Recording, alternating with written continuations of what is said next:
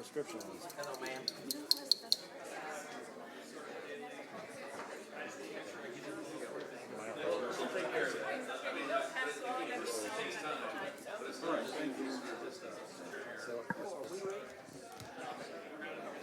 I was just scared. Ready for the wing, sir. On purpose. Ready? Or, sir.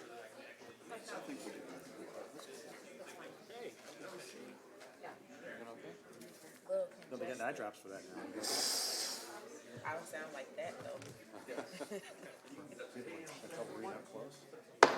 The chair will call the May 3rd, 2022 meeting of the City Council, City of Springfield, Illinois to order. Please rise for the Pledge of Allegiance.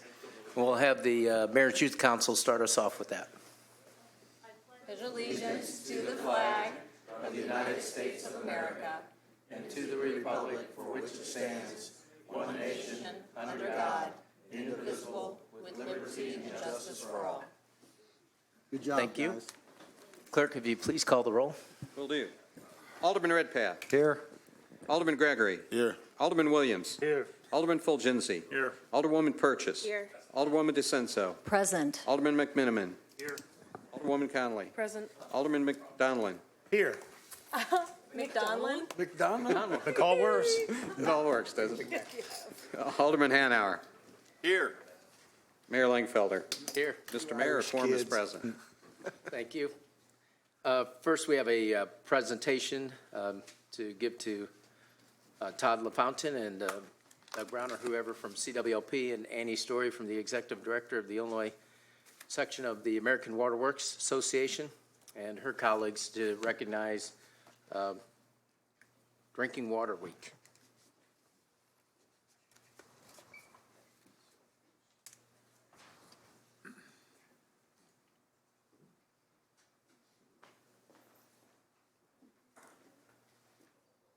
This is about my size. So really, during the pandemic and outside of that, especially during the pandemic, though, it shows what's important in life, and of course, it's one another. But one of the essential services that we take for granted is the quality water, especially in Springfield, that not only Springfield enjoys, but our surrounding communities. To give you an example, Chatham, they have their own water source, but they've had to rely upon us since I've been mayor numerous times. So we provided that backup water source. Otherwise, they'd have to do a boil order.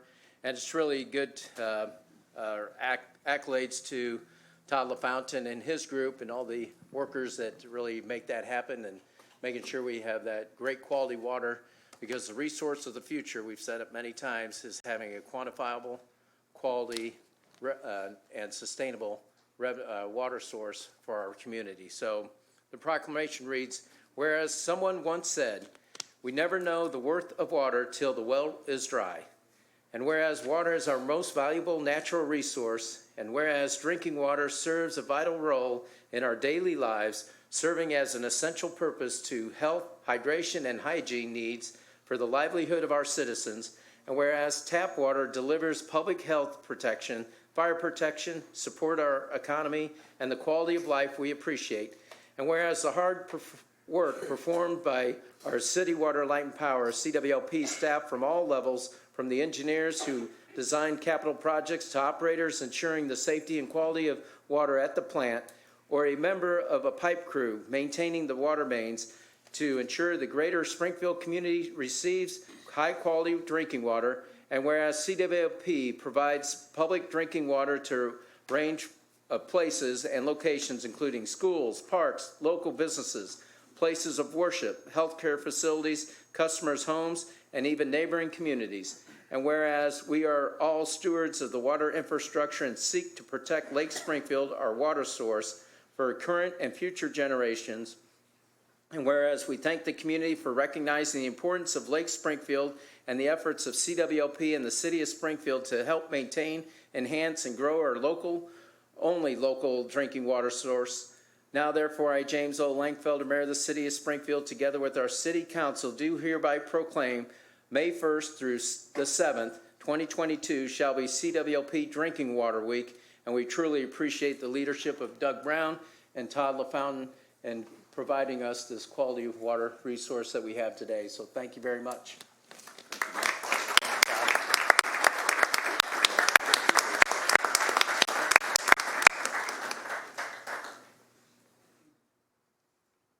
Look at those 3 mugs. Yay, us. So thank you, Mayor. Yep, not only here in Springfield is it National Drinking Water, Drinking Water Week, but nationally it's Drinking Water Week. The National AWWA, as well as the Illinois section of the AWWA, has declared the first week of May Appreciation Week for the drinking water utilities across the nation. So there's really 2 things we're doing here locally and nationally with Drinking Water Week. We're recognizing our employees that are working hard every day to provide that potable drinking water source for the community. And we're also out trying to bring awareness to the value of drinking water. So I like to throw out this little bit of trivia. You go to the store, you buy a gallon of water, right? In your grocery store, you pay $3, $4 for that gallon of water, plus the gas and the inconvenience of driving to the store. For that same $3, $4, we'll deliver 1,000 gallons of water to your tap, of high quality water to your tap. So the value is enormous for the community, and it's vital to any community in terms of expansion or just progressing. So with that, I would say that CWLP has certainly tried to be an industry leader. We're busy with organizations and trying to be at the forefront. We've got a cutting edge technology plant. One of the things we're particularly proud of is that we've been able to do that, yet still maintaining the lowest residential water rates in the state. So our activities haven't been restricted to this week. Over the last year, we've been working hard trying to bring awareness to drinking water across the state. So I brought a couple friends with me tonight. So we've got Annie Story with the Illinois section of the American Water Works Association. She's the executive director. And I've got Jamie Rote.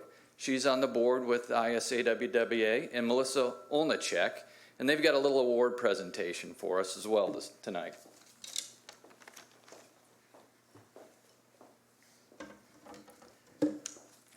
Hi, I am Melissa Olenek, and I am the vice chair on the board for Illinois section of American Water Works Association.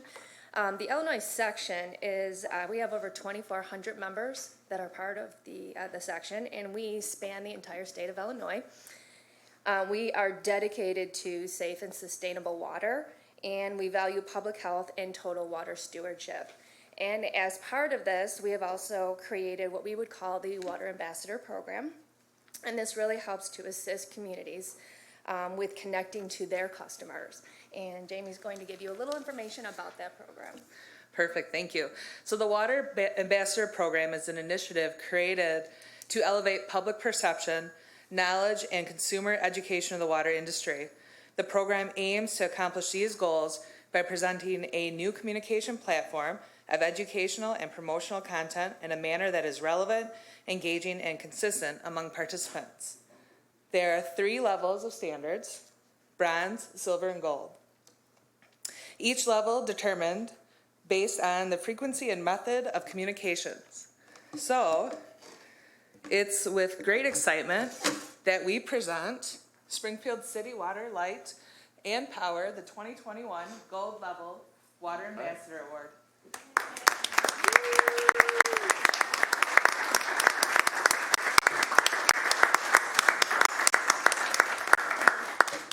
We also have this. Congratulations. Thank you. Thank you, everybody. Congrats.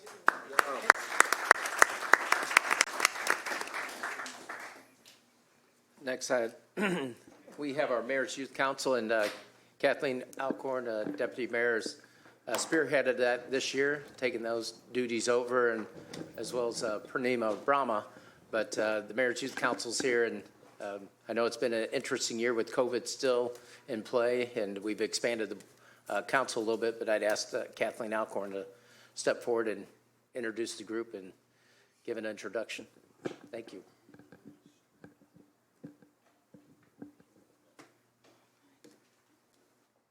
Hello and thank you. So this was a great year for the Mayor's Youth Council. For the first time, we expanded the membership or participants to include all the schools within the Springfield area. So even New Berlin, with people with Springfield addresses were able to also participate, whether they went to Rochester, Pleasant Plains, or other schools.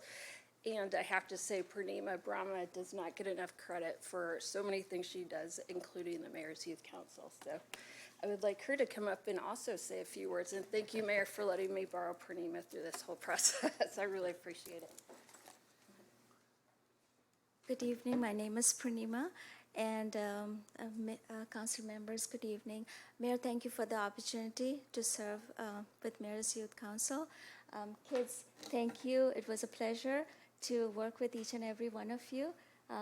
Good group of kids, and best luck for the future. Thank you. Thanks.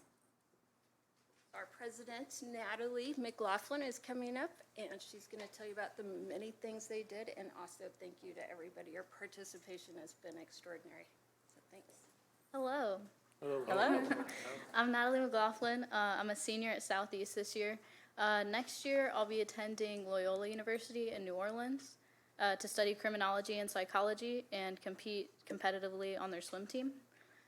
So this year at the Mayor's Youth Council, well, actually in years past, we've held town halls in order to get the youth's view on what they think needs to be done in Springfield.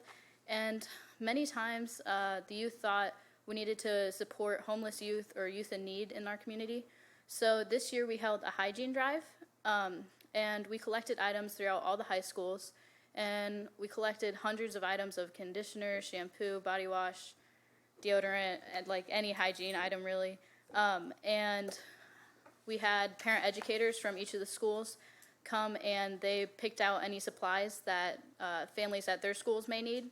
And they're still doing that right now. So we still have supplies, and as needed, parent educators are coming to Southeast, where we have it stored in a closet right now, and getting supplies for the families that need hygiene products.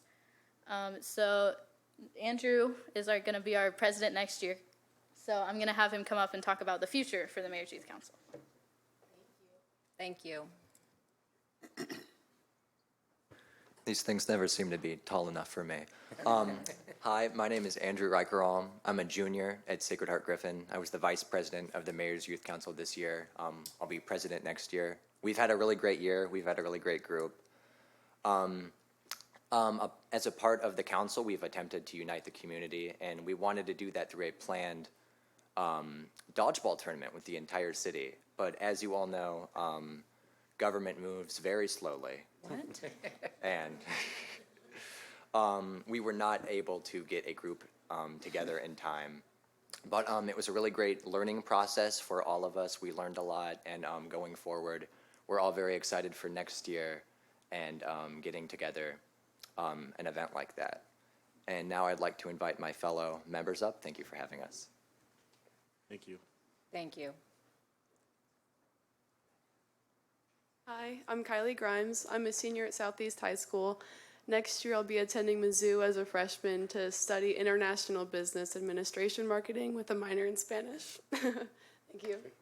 All right, that's what's up, that's what's up.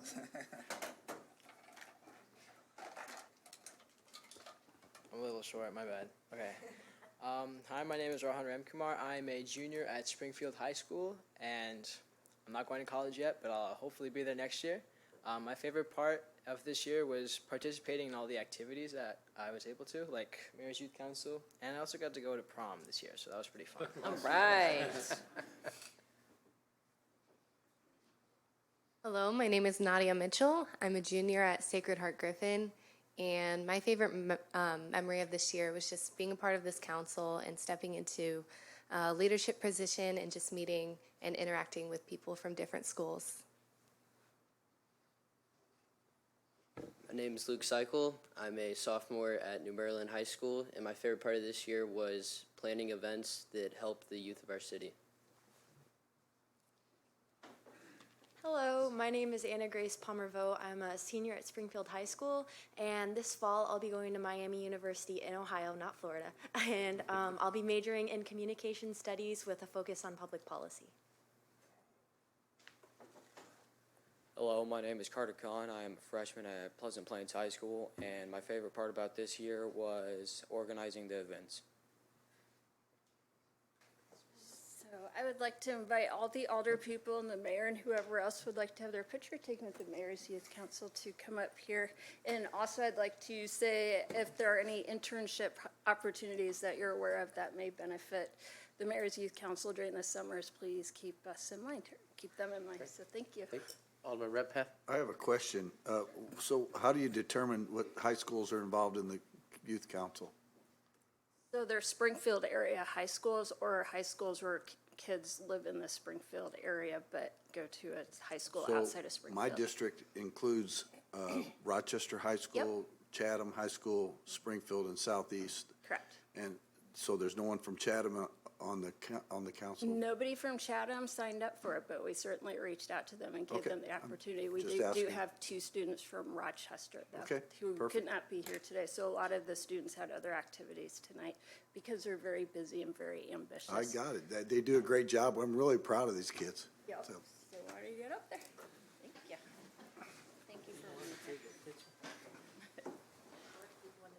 That's right. All the steps. Thank you, Natalie.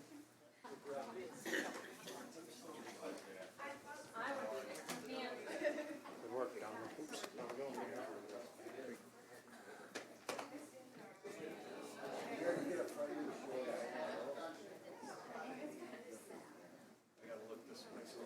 John's still coming. Everybody's in? Okay, I'm gonna take a few. Cheese.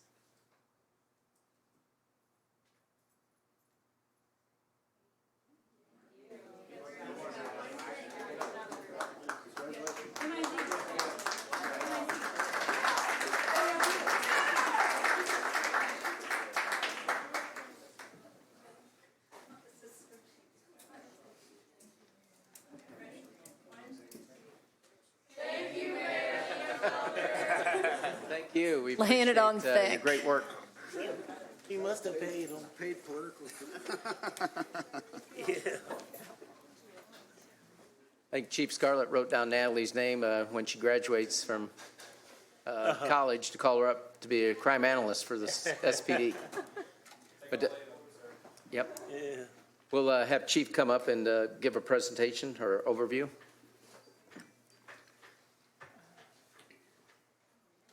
just so you know, Senator Turner wants to know where the Lanford representative was. Oh, boy.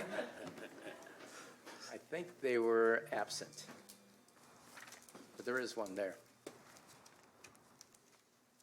Well, that's tough to compete after those 2 presentations, so certainly do my best. And we would love to have those individuals join our team, whether that be in 3 or 4 years down the road, for sure.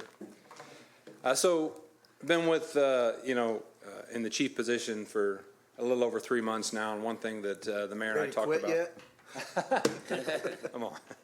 The one thing the mayor and I talked about, and that I've said on numerous occasions, is that I would come forward with what we've described as our roadmap. And essentially what this is an opportunity to discuss our vision for the future. This is something that we've involved all the ranks, all the individuals within our agency of every rank, to include the senior staff, to sit down and say, what can we do to drive this mission forward? And so we're calling it our SPD Roadmap for Success. So I'm going to talk a little bit about that tonight, and I've got a presentation for you all.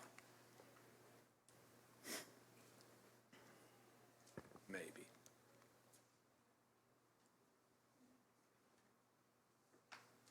There we go. All right, so again, the SPD Roadmap for Success. So what does that entail? Well, the goal is the successful navigation of this roadmap will be achieved by establishing department-wide input, initiative, and buy-in.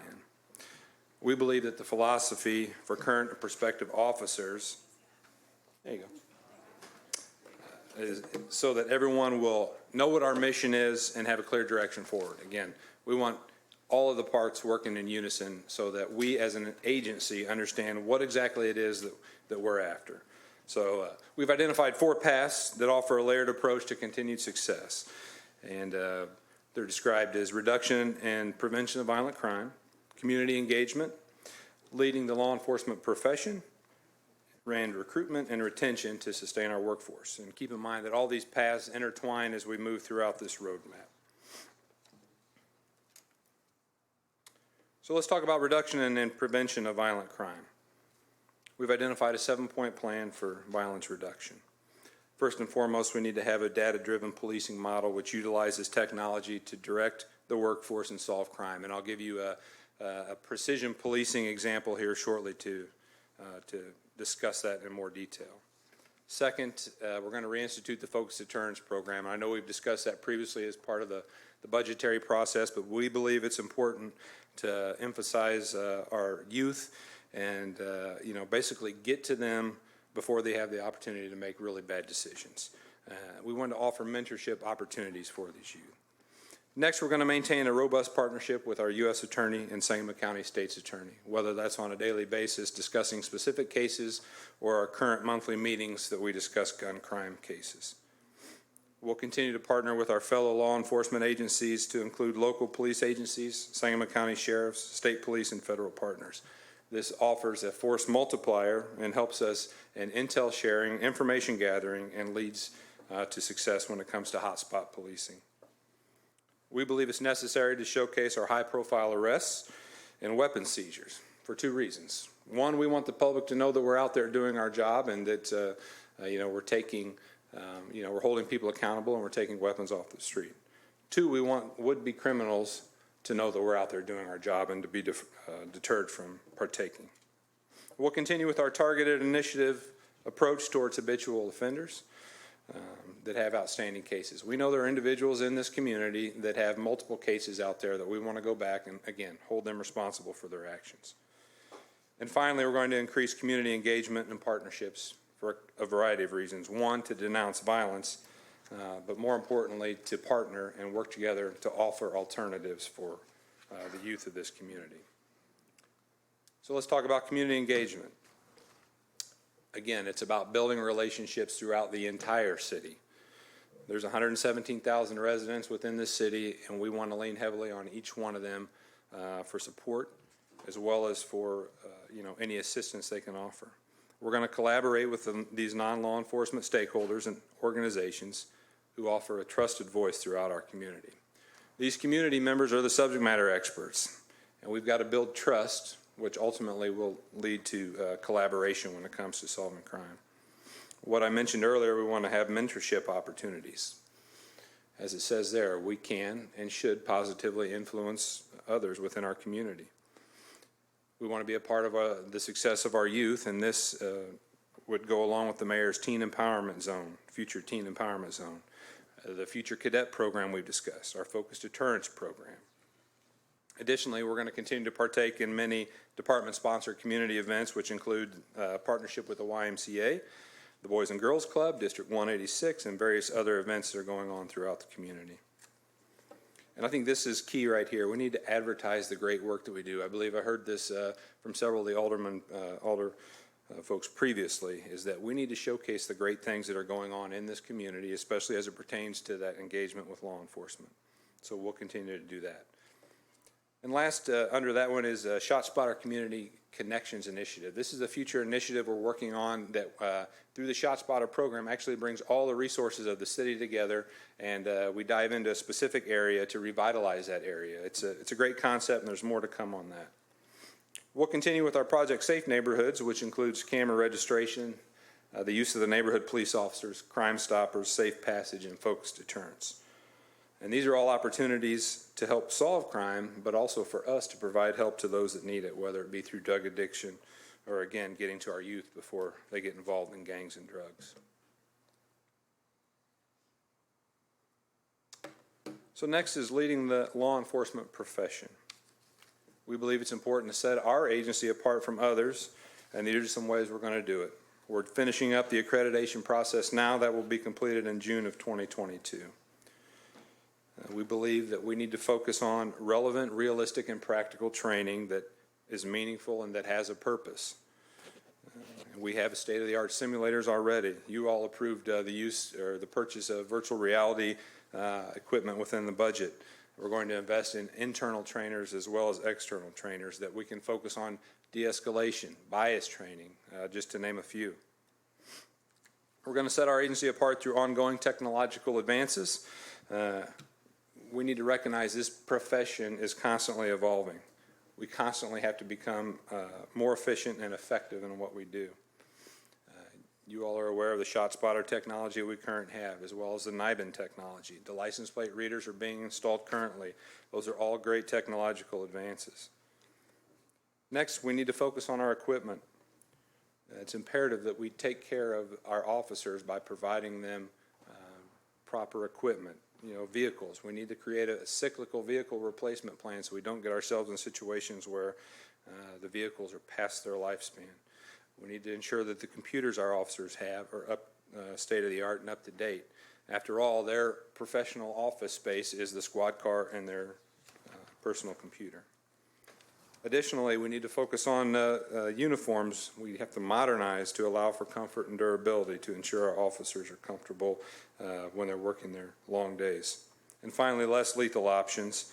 This is something that's been going on for quite some time, but we need to ensure that tasers are standard issue and the bullet wrap is beginning to roll out as well. Again, these are just simple ways to assist with de-escalation. We'll continue leading the law enforcement profession through police reform.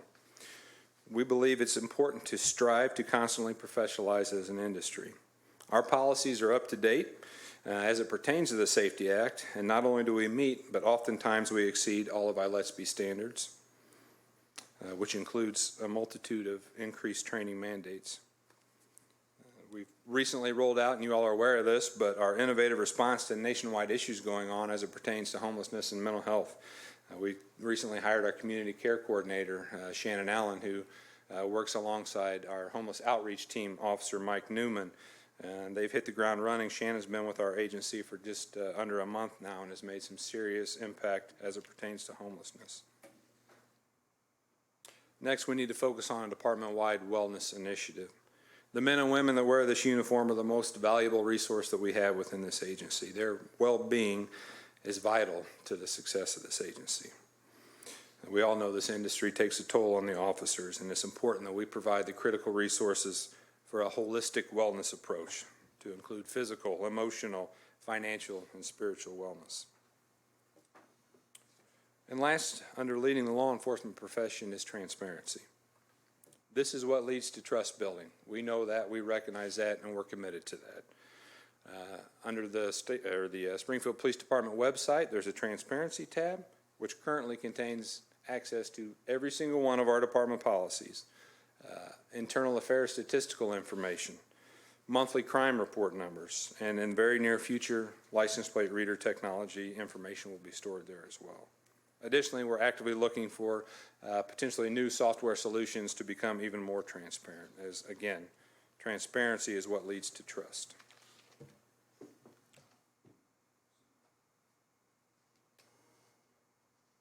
Next, I want to discuss recruitment and retention. It's important that we establish organizational trust at every level within this agency. We need to allow all of the employees to have a voice in change. We need to have communication both up and down the chain of command. And we need to expand opportunities for growth within our department. This is what leads to a thriving department. This is what encourages people to stay right here and encourages our officers to go out and recruit others. We need to incentivize. It's very important. We have to stay relevant with the current market as it pertains to law enforcement. State Police just came out with a new incentive, and I'm not going to get specific on it, but it's something that we have to compete with, and we'll do that. And finally, we need to showcase our agency. Again, I want to create a brand that entices others to join our team. I want people to look at the Springfield Police Department and say, that's the team that I want to be a part of. And we'll do that through the use of social media and mainstream media. I guess one more point that's not listed up here is personalizing our recruiting efforts. Gone are the days when you can go to recruiting events and set up a table and hope that people come and sign up.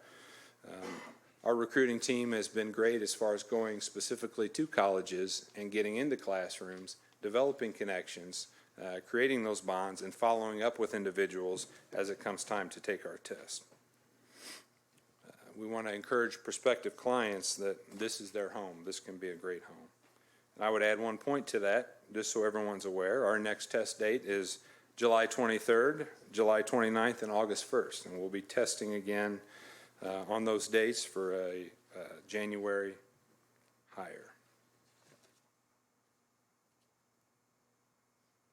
So I read a book by Coach Mike Krzyzewski, coach of Duke, and he talks about these 5 principles, and I thought it was very neat, and I wanted to share it. And the 5 principles are: communicate effectively. Like I mentioned, everyone has a voice. Continue to build trust. That has to be done within our agency and within this community. Have a collective responsibility to our mission. We, as a city, need to take ownership for what goes on here, and that includes the police department. We need to be caring to our own employees and to those we interact with daily. And finally, we must show pride, specifically at the Springfield Police Department, in our chosen career. I mentioned I'd give you a precision policing example. This is how things work. Shot spotter alert will go off in less than 60 seconds from the time a shot rings out. It gives us a specific location within 25 meters of where that shot happens. It gives us the number of rounds that go off.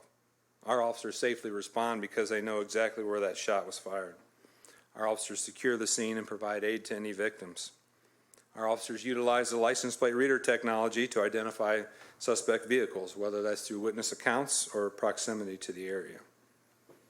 Because ShotSpotter told us exactly where to go, we're able to recover firearm evidence in the form of shell casings and enter those into the NIBIN machine. This NIBIN machine conducts a region-wide search to connect evidence to other cases. If all goes well, there'll be an arrest and a prosecution and a case closure. But that's not the end.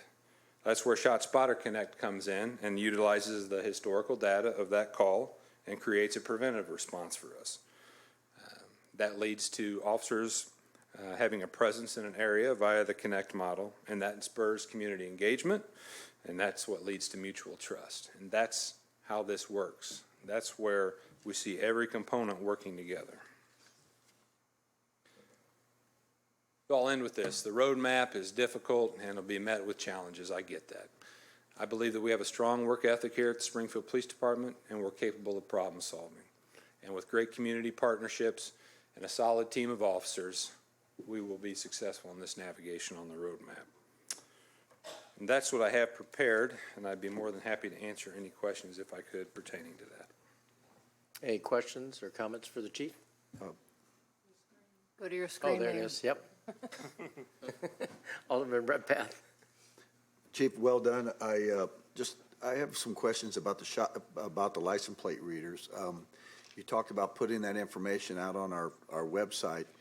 What is our liability about putting those license plates out on the website? And I should clarify what that means. So Flock is the company we're using. They actually create a transparency sheet that lists the number of searches that were conducted, the results of those searches. So not specific license plates, but specifically how the technology was used and how often it was used and that sort of thing. So not identifying any That's individual? correct. Okay, thank you. Yes. Alderman Gregory. Thank you, Mr. Mayor. Chief, good job in your 3 months. We've had some great conversations, especially with our focus deterrence. I know you've been out in the community already speaking to some different groups, and that is appreciative. I just want to say that. And the second note is, I stand with you in recruiting. In fact, I want to compliment you guys. You guys got 29, I would imagine 30 now with Shannon, police officers that are of color. And I think that's pretty impressive. I don't know the numbers exactly off when I came in, but you guys have added almost probably 10, officers of color, since I've been here. An awful lot. There's been a lot going on around the country. So for you guys to be able to do that, obviously you guys are on the right track of recruiting. I think that's very impressive. So I just wanted to say those 2 things. And I appreciate that. And obviously we can't do it alone. It takes the community. And again, it's that trust component to where the community recognizes that we're a legitimate organization out for the good of this city. So we certainly have to work together. I would say this, I did some research before I came. From January 2016 until today, the number of African Americans have doubled on the agency. So, Thank you. Alderwoman Conley. Thank you, Mayor, and thank you, Chief. I appreciate you coming in and giving us sort of a bigger picture of where you're going right now. I just have a real quick question, and that's again around recruitment. You mentioned your future cadet program. Is that kind of tied with recruitment? Or I guess, are you looking to our own high schools to really generate interest so that not only, and again, I appreciate going to college, yes, because we do want our police officers to be not 18-year-olds. But it would be good if we could connect with those high school kids and give them a reason to come back to Springfield and be a part of our community. Yeah, so let me just share a little bit about the Springfield Promise Cadet Program. Essentially what that is there would be an application process, but it would be for those in the process of graduating high school. And those that were selected, and we're looking at 4 every year, the city would ultimately pay for them to go to 2 years of college, because you have to be 21 before you can test. So if we basically hire them out of 18, at 18, pay for them to go to college for 2 years, employ them to some degree, obviously not being a police officer, but doing stuff within our agency, train them, and then when they turn 21, we send them on to the academy. So, and if we did that every 4 every year, that kind of creates that cyclical recruiting process of homegrown students, yes. That's really exciting, because obviously, I mean, one of the biggest barriers to college education is cost. So thank you. I'm looking forward to seeing how that goes. When are you planning on rolling that out? Well, first of all, it's the mayor's plan, so I can't take complete credit for it, but we've been working together on that. It's something that we have to work with the union on and get some logistics, kind of put a program together, but the basics are there, and I hope sooner rather than later, because obviously it's going to take 2 years to get someone to start the program to be able, but, you know, once we start getting that in place every year, that'll be 4+ officers. So. Are there other communities that do this that we could kind of look to see? Yeah, Memphis, Tennessee does that. That's one place we're looking. There's another community, I'm drawing a blank, but it's certainly something that's being used throughout the states. Thank you. Yep. Very good. Anybody else? Thanks, Chief. Thanks, Mayor. Appreciate it. Chair will entertain a motion to dispense with the reading of the minutes of the April 19th, 2022 regular city council meeting and approve them. Second. Been moved and seconded. Any discussion? All in favor, say aye. Aye. Opposed, say nay. Motion carries. Chair will entertain a motion to incorporate the pre-council first reading of ordinances into the record of the city council meeting. So moved. Second. Been moved and seconded. Any discussion? All in favor, say aye. Aye. Opposed, say nay. Motion carries. Next item on the agenda is the consent agenda. Chair will entertain a motion to incorporate the pre-council reading of the consent agenda in the record of this city council meeting. So moved. Second. Been moved and second. Any discussion? Yes. I'd like to take 2022-179 and put it on the debate agenda. Okay. Second that. Second that. Thirded it. All in favor of, I don't think we have to take a vote, do we? Pull that out. Just voice, all in Okay, favor. all in favor to pull out 2022-179, say aye. Aye. Opposed, say nay. Motion carries. Any other discussion? All in favor of the motion, say aye. Aye. Opposed, say nay. Motion carries. Chair will entertain a motion to place the consent agenda on final passage with the exception of 2022-179. And also 166 because of the public hearing. Oh, okay. Mind, sorry. Yeah, we need to make a motion to pull out 2022-166 for public hearing. And that's for an alley vacation, but we technically have to have a public hearing. Okay. At When is that? Springfield Clinic. Okay. Are they aware of this? But it's going to happen tonight. I mean, in just a It's to moment. be voted. Okay. It'll be done, yes. All right. Any other discussion on that? All in favor to pull that out, place on debate, say aye. Aye. Opposed, say nay. Motion carries. All in favor of the consent agenda with the exception of 2022-166 and 2022-179, vote, or say, vote yes. Those opposed, vote no.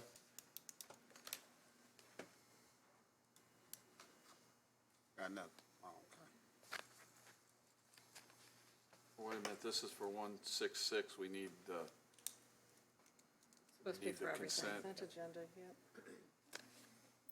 Yeah, we don't have the consent agenda. Okay. Can we take a voice vote on that? Yes. All in favor of the consent agenda with the exception of those two, say aye. Aye. Opposed, say nay. Motion carries.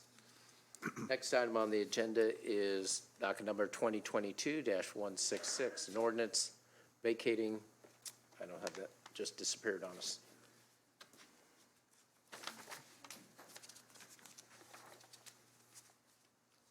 Ordinance vacating the alley and the block bounded by Vine Street, 8th Street, South Grand Avenue, and 7th Street to Family Service Center of Sangamon County. Is there a motion? Move to final passage. Recess. Second. Motion should be entertained, a motion to recess regular council meeting, hold a Okay. public hearing. Okay. Move. Item number 9. Second. Oh, yeah, I'm all messed up. Let's back Move up. for a public hearing. Yep. Second. Yep, been moved and second for the public hearing associated with 2022-166. And second, all in favor, say aye. Aye. Opposed, say nay. Public hearing is now open. Does anybody wish to make any comments or statements regarding 2022-166? Motion to adjourn the public hearing. Second. Been moved and second. Any discussion? All in favor, say aye. Aye. Opposed, say nay. Motion carries. Now, Chair will entertain a motion to place agenda number 2022-166 on final passage. So moved. Second. Been moved and second. Any discussion? All in favor, vote yes. Those opposed, vote no. The voting is now open. And the ordinance passes 10 voting yes, none voting no. Agenda number 2021, or I guess, should I go to the other one? Or can I just read all the other? If you take them in order, 146 would be next, Okay. and then just 179 when Well- it's appropriate. The agenda numbers that remain tabled in committee, we should cover those. 2021-337, 2022-157, 2022-158, 2022-159, 2022-160, 2022-161, and 2022-173 remain tabled or in committee. Is there any movement on any of those? Yes, Mayor. I'd like to bring 2021-337 up for discussion. 2021-137 for discussion. Second. That's an ordinance amending Chapter 131, Section 131.12 of the 1988 City of Springfield Code of Ordinances as amended pertaining to solicitation. There's a motion for discussion. Second. I second it. All in favor, say aye. Aye. Opposed, say nay. Alderman Redpath. It's not my intention to bring this up for a vote tonight, but I do need to make a few comments. I was out on Wabash and Veterans a couple days ago and observed panhandling in the middle of Wabash and the middle of Veterans. I called Springfield Police Dispatch and asked them to dispatch a car out there. These people were dangerously walking through traffic, at full-speed traffic, and it was a terrible situation. Scared me, and I was a police officer for 35 years. I'd never seen craziness like that before. So I hope we get to the point where we move this out and try to take care of this, because it is a definite safety issue. And that's all I wanted to say on that. Is bad situation. Any other discussion? Mr. Mayor? Yes. Oh, I'm sorry. I need to look at my monitor. Alderman Hanauer, and then Alderwoman DeCenzo, and then Alderman McMiniman. Thank you, Mayor. Likewise, I got a call from someone that his job is he looks at all fatalities on state highways, and he called me. He said, we got a problem at Washington and Veterans Parkway. Kids were running through traffic, going up to cars when, before they were even stopped. I called the police, and they ended up running them off because of the danger. I read what the letters we've gotten.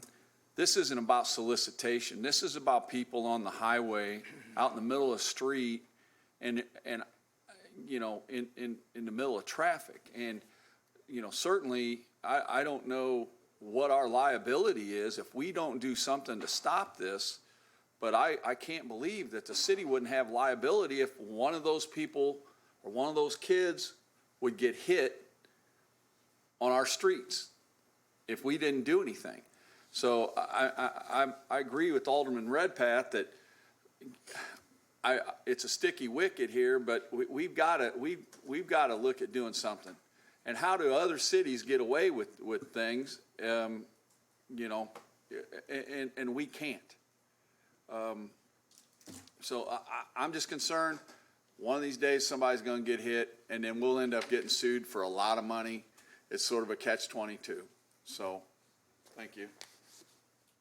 Corporation Counsel, you care to respond to that? Well, just briefly, the 2021-337 actually relates to solicitation within 50 feet of a cannabis store, so it's not related to the intersection issue. Just generally, you may recall that there's a draft ordinance, safety ordinance relating to roadways and use of roadways that we are presently looking at some other cities that had court challenges. So we are going to address some specific recommended rules that we believe that the court will uphold. The circumstance that you're referring to on veterans, Wabash and veterans, is already prohibited by state law because you cannot have interact, you know, in and around, you know, through, I saw the photographs and people were actually into the drive lanes and stopping cars and stuff, and that already is prohibited. And so the police were acting very properly just from a purely safety and also the state law provision by saying people cannot be doing what they were doing, which was basically interfering with traffic. We will have a more narrow ordinance to recommend, and we are looking at some other cities in terms of what they've done where they've successfully withstood a challenge. And I apologize, I thought that was the one. No, that's all right. And wrong ordinance. that was one, you may recall, that was part of the aggressive panhandling ordinance, which the courts have generally allowed. There's been some suits that have challenged some of that. We believe our current aggressive panhandling provisions would withstand legal challenge, but that's different than the question of public intersections. Alderman McMinima? Yeah, just to add to the comments that have already been made, I received a phone call similar to what others have received about in this case, it was a youth crossing the lane to take a collection and almost got hit by a truck. You know, it's just the alertness of the truck driver saved that individual's life. I think our Corporation Counsel is on the right track to see how other cities have successfully enacted ordinances to, in other cities have done it by identifying the most dangerous locations throughout the city, the most high traffic prone intersections, and prohibited solicitation there. And that should make for a judgment proof, a lawsuit proof approach because it's based on safety. And so I hope we can move forward with that. Alderman Donlin? Yeah, thank you, Mayor. Just two quick things. Don't forget the Dirksen and Walton Drive location. That is notorious for people walking in traffic, and it's just not safe. I think Dirksen through there is at least 40 miles an hour, if not 45.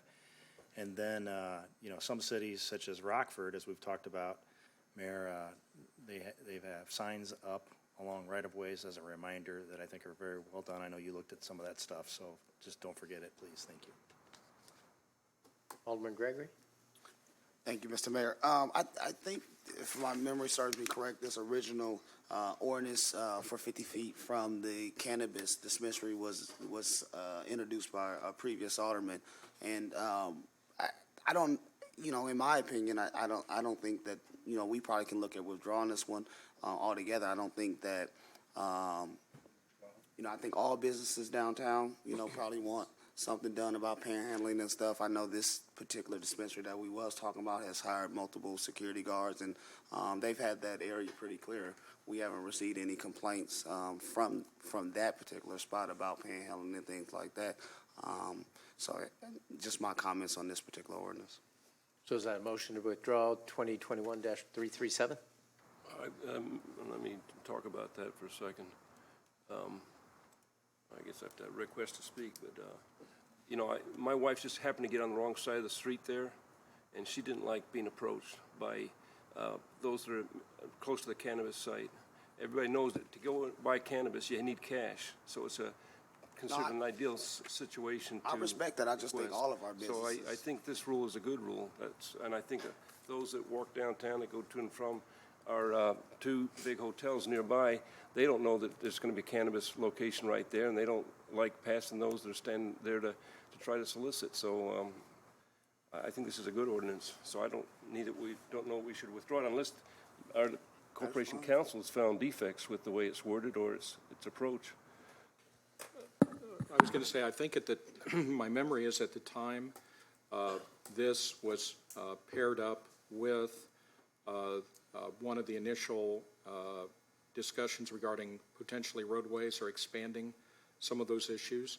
So I think this has simply remained in committee until I think all of the issues were being addressed at once. I would tell you that generally speaking, the aggressive panhandling linear foot ordinances have been upheld. We do have an existing ordinance as part of our aggressive panhandling relating to, and my memory is it's 20 feet from the entry or exit of a business, I believe, downtown. So for the reasons that have been stated here, the suggestion from a policy point of view of increasing it from 20 to 50 was in part because of the almost attractive nuisance aspect of the business activity, and the fact that it only dealt with cash. So part of that rationale for increasing the 20 to 50 was to recognize that there were special circumstances at a business with this particular activity. And then Alderwoman Purchase. So Corporation Counsel, if I understand you correctly, you just said this also pertains 20 feet with other businesses. On Sunday, I was at the pharmacy, the art pharmacy downtown, and they were asking kids for their cookies when they came outside of the event, and I had to ask them to stop.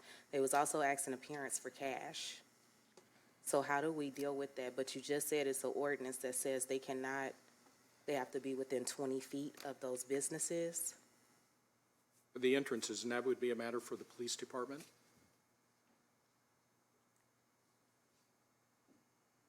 But again, if you like, I can include this in the recommendations when we come forward in 2 weeks with the other information on the intersections. And by way of information also, Alderman McMenamin is very much correct based on the court decisions that what we're going to do, we've asked for very specific information on first safety, numbers of accidents, et cetera, from both Public Works and the Police Department has provided us that. So we're working to be much more precise or narrow to fit more directly the safety concern at the intersection. So we are taking a deep dive into those issues. I would also just ask that we look at the ordinances too, or talk to the police department when we're having events downtown, because that was very disturbing to see the homeless walking up and approaching kids and their parents as they're coming out of an event and sitting there on the bench asking them for money and asking kids for their cookies. Any other, Alderman Redpath? Just to finalize this thing, and I appreciate the discussion on this because it's an important issue, mostly because of the safety issues that we're running into in very busy intersections, but the panhandling situation in Springfield is out of control, and I know that there's conventions and visitors that come here that won't come back because of the things that we've ran into with that.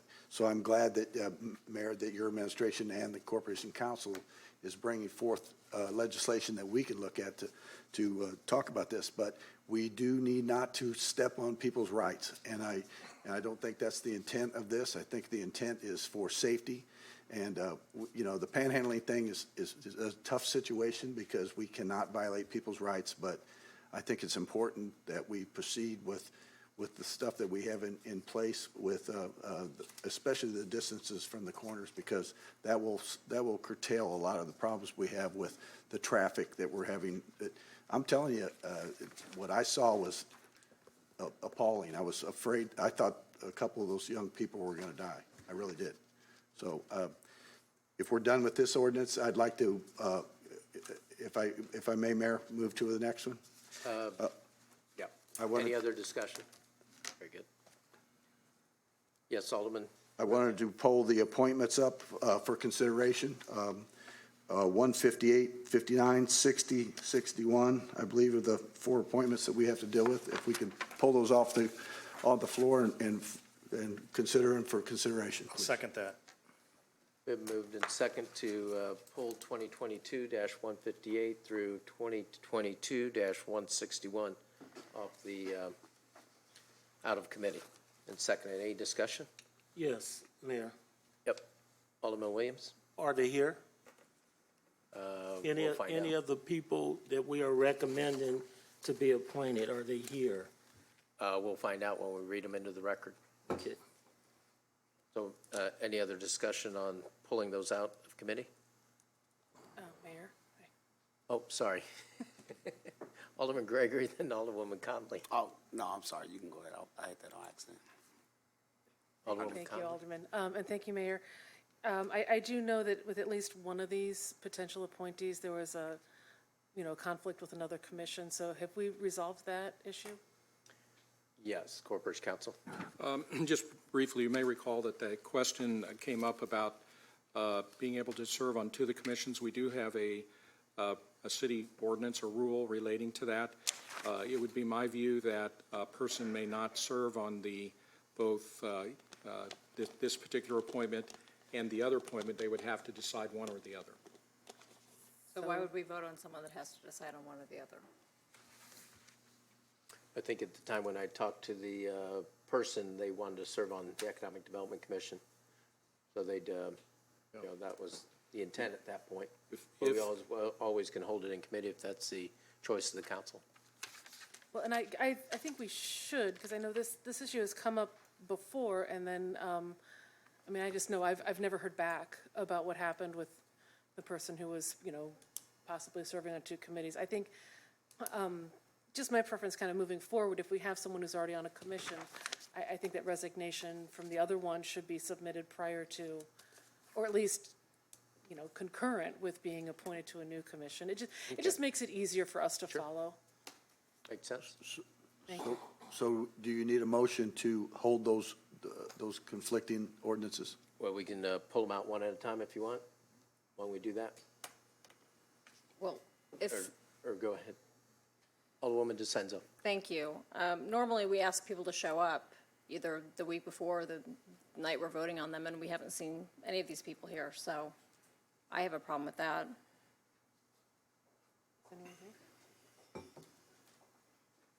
Hello, I would just like to note, I wasn't involved with these ordinance for these appointments, so that would go to Ravi Doshi, so. Thank you. Actually, they came straight to the mayor's office because of, the appointments came from the appointing authorities of the Park District, Capitol Township, County, Sanitary District. I think that covers it. So, do you want to vote each one, or do you just want to hold them, or pull them all out? What's the Let's pleasure? vote each one. Mayor, real quick. Yes, Alderman Well, excuse me. Williams, and then Alderman Thank you. Hanauer. Thank you. We got to get the mayor to watch his screen. I know, I got to watch the screen. No problem. All of us is getting used to this. Yeah, I do have questions. Is why I would like them to be here. Okay. Alderman Hanauer. Thank you, Mayor. These appointments were brought to us based on an agreement that was made in order for us to get TIF renewals. I spoke to Larry Luster last week about this, and I asked him if they fail, what would this do? And he said it would not be good for the city. We gave our word that we would allow them to appoint people. This is a mere formality that we have to approve it, but if we vote these down, you know, we might as well cancel Larry's contract because he's not gonna be able to get anything through legislature because our word isn't good. And I think we're putting him on the spot. You know, I realize some of these aren't popular, but we told them they could appoint who they wanted on these boards. Not us, them. That's my understanding. Now, Mayor, you were part of the discussion. Is that true or is it not true? That's correct. And I mean, what- it's just like the school district, Yale School District, they're already formalized when we formed the commission. And they just submit the name that was selected by the board, and it comes before the city council. But that's their preferred appointment. Now, Mayor, my question would be, I mean, that was Larry. In your opinion, if we don't vote these in, what does that do when we go to the Capitol and try to strike a deal for the next TIF district or next whatever? Yeah, well, first you have to have the letters of support from all the taxing bodies, and that was one of the prerequisites that they would have these appointments. And again, it's advisory group. I think we can ask for the individuals to come, but I think we all know the individuals. But we can discuss that as we move forward. Alderman Gregory.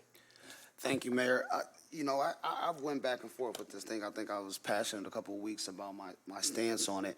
And, you know, I've had some good conversations. And you know, one of the things that I do agree with both of 10 and 1 is we hold to our word and the agreement done. But I also think that at least these gentlemen and ladies can come, you know, and receive these questions that some of our aldermen have. I don't like it, but as far as the deal that was made, you know, we want to be hold true. I don't want you know us and our word as a city to be bad and looked as bad around the state. But also, you know, I think this council deserves a little bit of respect for who we're putting on our economic development boards. And, you know, these questions that people have should be answered if they have them. And that's just my take on it. Alderman Donlin. Yeah, thank you, Mayor. You know, once a wise, I'll call him old alderman, who's now retired, who was sitting in Ward 3, he told me, he said, the most important thing you can do when you, as a city councilman, is read everything, or at least try to. And when these ordinances are moving forward, you know, there's a lot of talk about the appointments, and I went back and read the emails that were going back and forth between, in particular, Capitol Township and the mayor's office, and it was clear there in writing that and quite frankly, publicly, this was negotiated in public, and I think it's important to point that out, where I haven't heard anybody argue that tonight, but I don't mean to imply that, but that the taxing districts who are appointing these bodies would have that appointment, and then the city council would provide the consent. That was clear.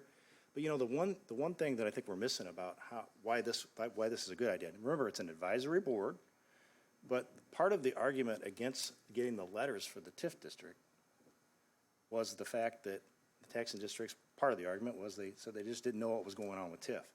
Well, if they're a part of the process, they're at the hearing, they hear the projects that come through the commission, they get a chance to ask questions and be a part of it. And I think that's something that something that should be pointed out this evening. So, thank you. Thank you. Alderwoman DeCenzo. We talk about keeping our word. And the irony of that statement in regards to some of the people that are appointed or being suggested to be appointed to the Economic Development Commission is laughable. They haven't kept their word when it comes to giving us a seat at the table, in particular for the County Board of Health. Once again, I mean, the city did not have a representative during a global pandemic because they don't feel that we're important enough to sit on their boards. And I realized this was what was agreed to, and I voted for it. I agreed to it. So I get it, but at the very minimum, the nominees need to show up here and give us the respect, show us the respect as a council before we vote on them. and that's more than they give us. Alderman Williams. You know, I won't prolong it, you know, ditto to everything that's been said, you know, but I have questions, and this is one way I'll be able to ask my questions of these appointees who are well-established individuals in our community, and I agree with Alderman DeSenso. We just need to have that time to ask whatever it is of them. We need to ask, this is a board that is under us, and I think they will require the same thing of us as we try to do business and things with them. Alderman Redpath. I understand the frustration in this room, believe me. But the mayor has made an agreement for us, and I can't emphasize that enough, that we fought to get this TIF district in the Enos Park TIF district going. This could be held. This could endanger that process. We do not need that. The most important thing to remember is, this is what Alderman Donlin said. This is an advisory board. And no matter what they think, no matter what they say, no matter what they do, they can't make policy. Only we, as the city council, can make policy. We have boards and commissions to give us advice and tell us what they think and how things should go, but they can't make that decision. We have to make that decision. So no matter who we put on any board or commission, it always comes back to the 10 people, the 11 people sitting at this horseshoe are going to make the decisions. And that's the way I look at it. Bottom line is that I think it's important for us as a city council to suck it up and make the votes on this one. And we move on and do what's best for the city. Enos Park needs this. Enos Park TIF district needs this. And we need to make sure that that happens. I think we do that with this vote. Alderwoman Conley. Thank you, Mayor. Alderman Redpath, I understand what you're saying, and certainly I think everyone here kind of is on a similar page where we agreed to this concept for our Economic Development Commission. I will say, while that commission doesn't make policy for us, obviously, I read the minutes for those meetings. I appreciate the important feedback that the different commission gives us, and so when we get those minutes, I look through them and see what are they talking about at these. The same thing with zoning. I think it's important to see other perspectives on the issues that come before us. So that said, these are important appointments too. We've not even held these for a month yet. If we hold it for one more council meeting, it's twofold. Not only do people around this horseshoe get to ask questions and talk to these appointees to our commission, but they also get a chance to sell themselves and to talk about their experience and the perspective that they're bringing to the commission, which I think is important for them too. If we hold this for another meeting, I think in some ways it's a little more respectful to the people who've been put forward by their respective taxing bodies, so that we can hear what they want to bring to the table. I mean, I consider this to be an important commission. I'd like to give them a chance to also just say who they are and what they want to do. And, I get the point. We should be passing this. And in the end, I'm going to be voting for these people. One more meeting gives them a chance to know that we're going to be voting on them and gives them the opportunity to be here. And it's not an adversarial opportunity, but really, if I'm going to be a Pollyanna glass half full here, it gives them a chance to talk about who they are and how they're going to contribute. So I would appreciate waiting for one more meeting if we could and have everyone here. Because we haven't heard from anyone, even at the committee of the whole. Thank you. Alderman Hanauer. So what we're saying then, from here on out, if someone's appointed to a board and doesn't come to one of our meetings, we don't act on it. Is that what we're saying? I've said that. I've been saying that for years. Because we have voted on people that have not shown up, ever. And it happens more than not. And so I just want to make sure that we're clear here. Is that what we're saying? This is held in committee and pulled out. We didn't have any I'm notice of I'm this. just They saying. didn't have any notice of that. Kristen, all I'm saying is that the precedent we're going to set here? I think we should give them the chance to come, is Yeah. the only thing. Do they know? I have no idea. I don't either, so. I think they probably did. Alderman Williams? Yes, so first, two things. The TIF. I keep hearing Enos TIF, SHA, whatever. So the TIFs are a done deal, are they not? Correct. So why do we act like that's over our head? Now, future TIFs, okay, but you keep saying Enos Park, I think, and I don't want the alderman from Ward 5 to get confused about this. That's a done deal. That happened. The governor signed off on it. Same way with HA done. Now, in the future, we may have to deal with this, but I already feel some kind of way about how we have to give up something on one of our boards or commissions just to get them to do the right thing. That's a problem for me. Secondly, when we talk about questions, I just want them to come because I think some of the positions they hold, there's conflicts for me from serving with them on other entities and other commissions and boards and their roles in those areas. And now they're going to come and be on our, I want to ask them some questions just to make sure we don't have these conflicts. But that doesn't mean I'm going to vote against them. I got to listen first and hear how they are going to handle themselves with some of the questions I may have about their roles in this community. So I'm in agreement. I just think that they ought to do like any other citizen, be required to come at one of these. They should have came last week or this week or whenever, because they want to be on the commission, not because somebody submitted their name and whatever. Thank you, Mayor. Thank you. Alderman McMiniman. Yeah, I'm prepared to vote yes to all four of these nominees after they are invited to our meeting and decide for themselves whether they show up or not. I assume they'll show up. We've kind of held this from day one, so they didn't know whether they should show up or not. So I think we should invite them to the committee of the whole and allow them to present themselves, and we can ask any questions, and then we can vote the following week, the way procedure is supposed to work. Alderman Fujenzi. Yes, thank you. I have mixed feelings on this. John, your mic is off. Can you turn it on? Thank you. There you go, thank you. I have mixed feelings on this because the thing of it is, we made an agreement, and we're only as good as our word. But the point of it is, people are saying they have to be here so we can interrogate them. That doesn't make sense, because there's all kinds of people we've passed that aren't here, that have never been here. And I don't understand why it's so important, why we have to have it now. That doesn't make sense. And if it doesn't make sense, why have it? Alderman Redpath. Mayor, I make a motion that we hold these. Second. For two more. What? If there's any consolation, there's not another Economic Development Commission meeting till June, so they won't miss out anything. I move with that we regards to hold these for back in committee. Okay, we'll be sure to extend the invitation.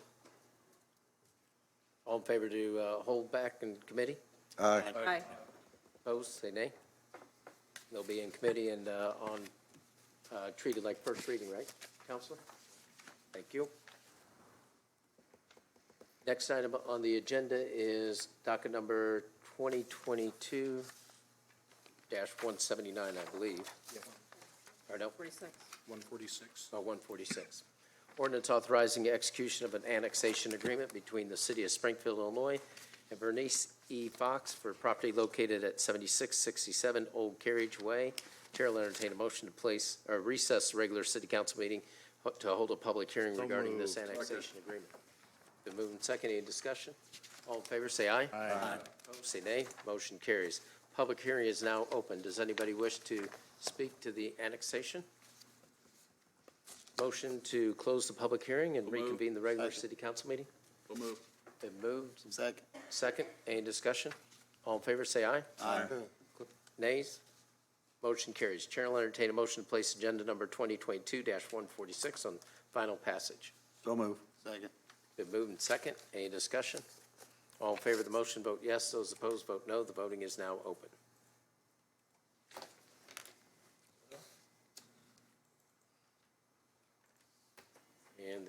Annexation passes, 11 voting yes, none voting no. Next item on the agenda is 2022-155. 147.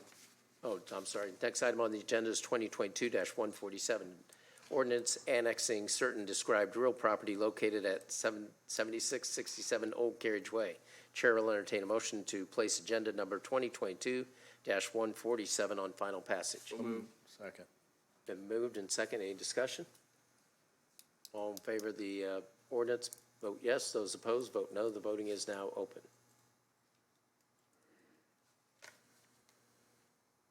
The ordinance passes 10 voting yes, none voting no. Next item on the agenda is 2022-155, an ordinance amending. I'd ask to hold this for 2 weeks, please. Okay. Second. Been moved and second to hold 2022-155 in second. Any discussion? All in favor, say aye. Aye. Opposed, say nay. Motion carries. Next item on the agenda is 2022-163, an ordinance amending Chapter 80, Section 80.08 A, B, C, and Section 82.02 A1 of the 1988 City of Springfield Code of Ordinances as amended pertaining to pedestrians on the roadways. Chair, Corporation Counsel. Yeah, just briefly, I believe this is the ordinance that was being referenced earlier. I would recommend that we postpone for 2 weeks while we finish looking at the other city ordinances. So moved. Second. Been moved and second to postpone for 2 weeks and second. Any discussion? All in favor, say aye. Aye. Opposed, say nay. Motion carries. Next item on the agenda is 2022-174, an ordinance authorizing execution of a contract with Lawrence 4 LLC for purchase of the land and all improvements situated at the southeast corner of Lawrence Avenue and Rickard Road, PIN 14-31.0-100-025 for an amount not to exceed $219,900. Chair will entertain a motion to place agenda number 2022-174 on final passage. We'll move. Second. Been moved and second. Any discussion? Tim Griffin? There was some stuff brought up regarding the difference of the scribblers there on the original deal of 219,900, and then in the text at 219,000. The 219,900 was the correct amount, I believe, so everything should be reflected to have the same amount, dollar amount. Okay.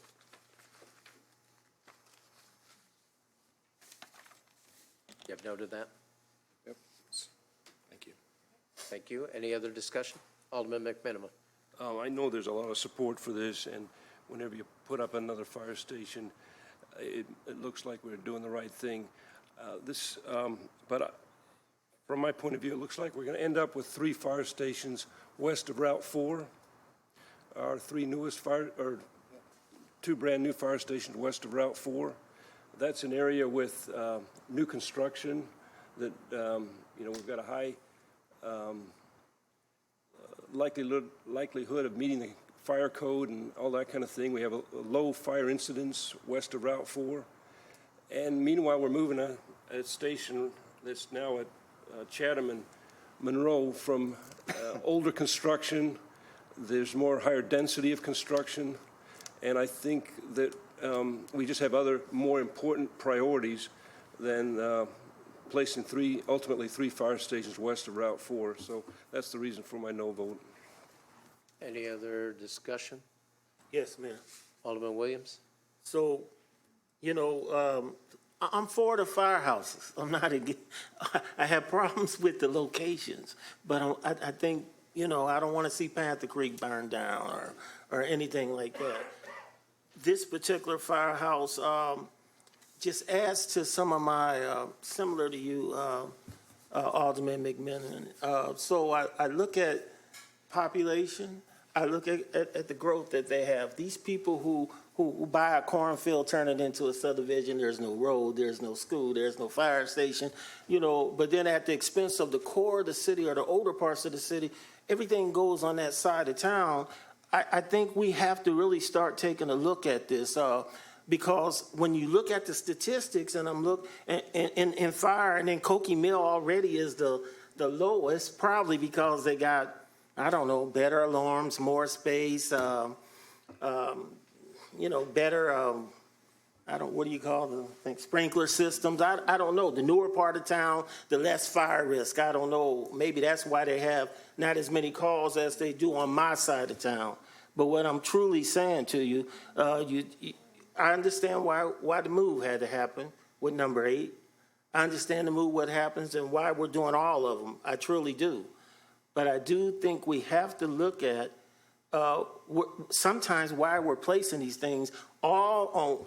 If you look at the overlap alone, you would question that. I'm going to be a no vote on this, but not because I don't think people should have good fire protection. I just think we're not doing it the smart way. Thank you.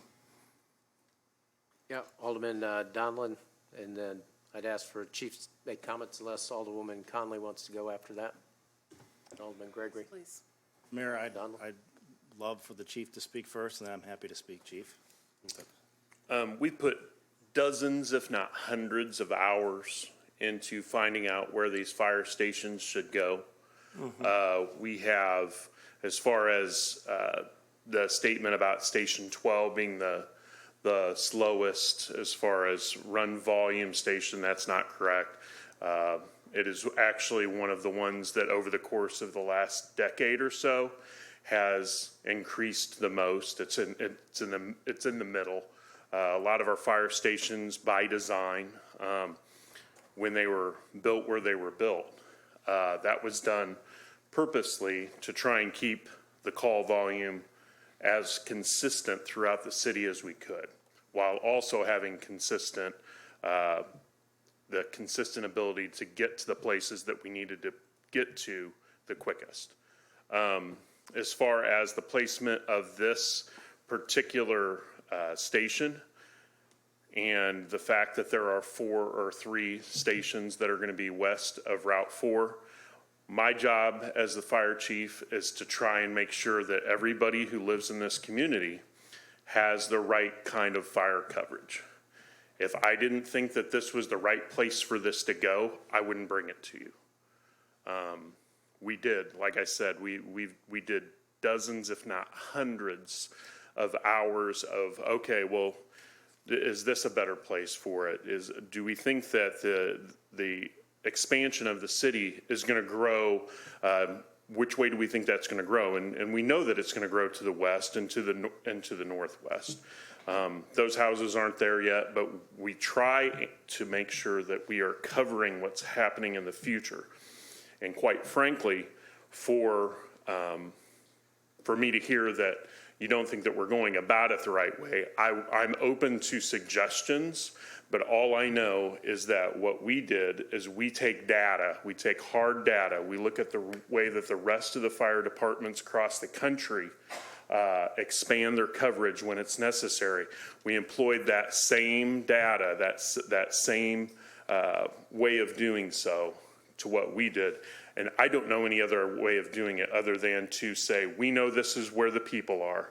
We need to be within 4 minutes of these people in case they have a fire or a medical emergency in their house, and to try and find the closest place within that, which is hard to do. We can't go and knock down a half a block of homes or businesses.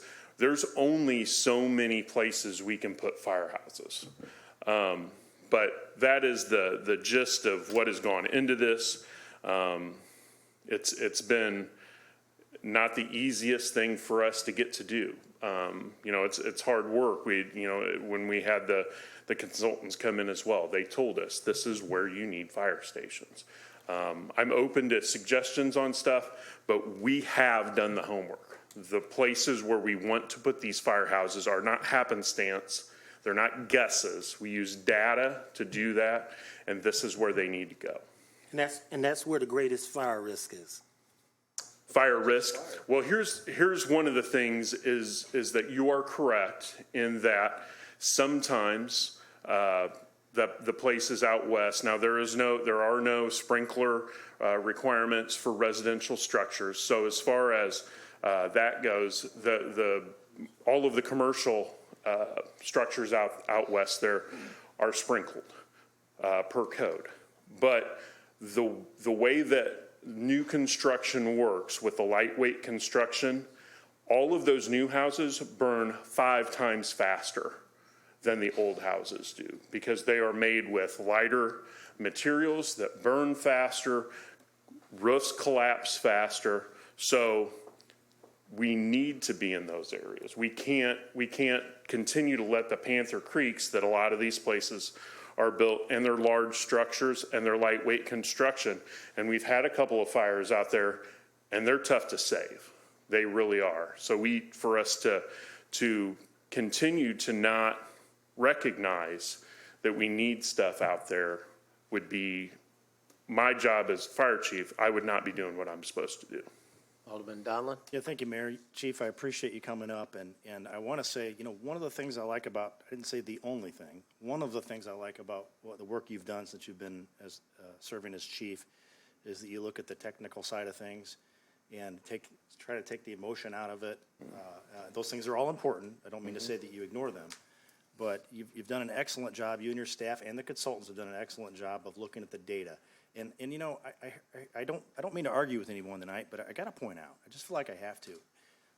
In wards 9 and 8, some of these areas we're talking about that aren't within the 4-minute coverage area now have been around for over 20 years. They're not new, meaning the subdivisions were started decades ago, some of them.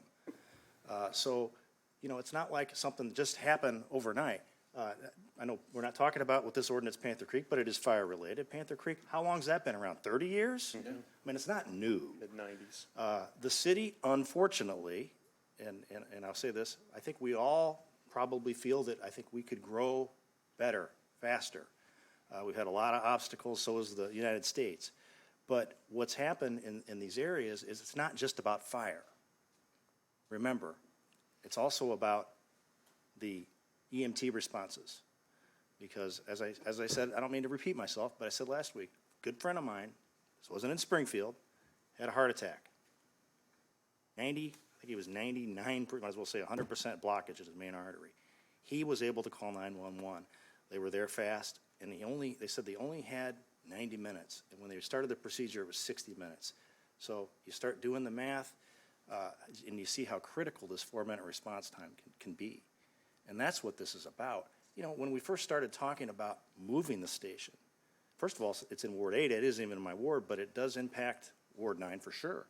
But how is that going to impact the existing residents? How is it going to impact the ones that aren't presently served within the 4-minute period? The chief did a great job. We had a public meeting. You put the information out there. It's technical.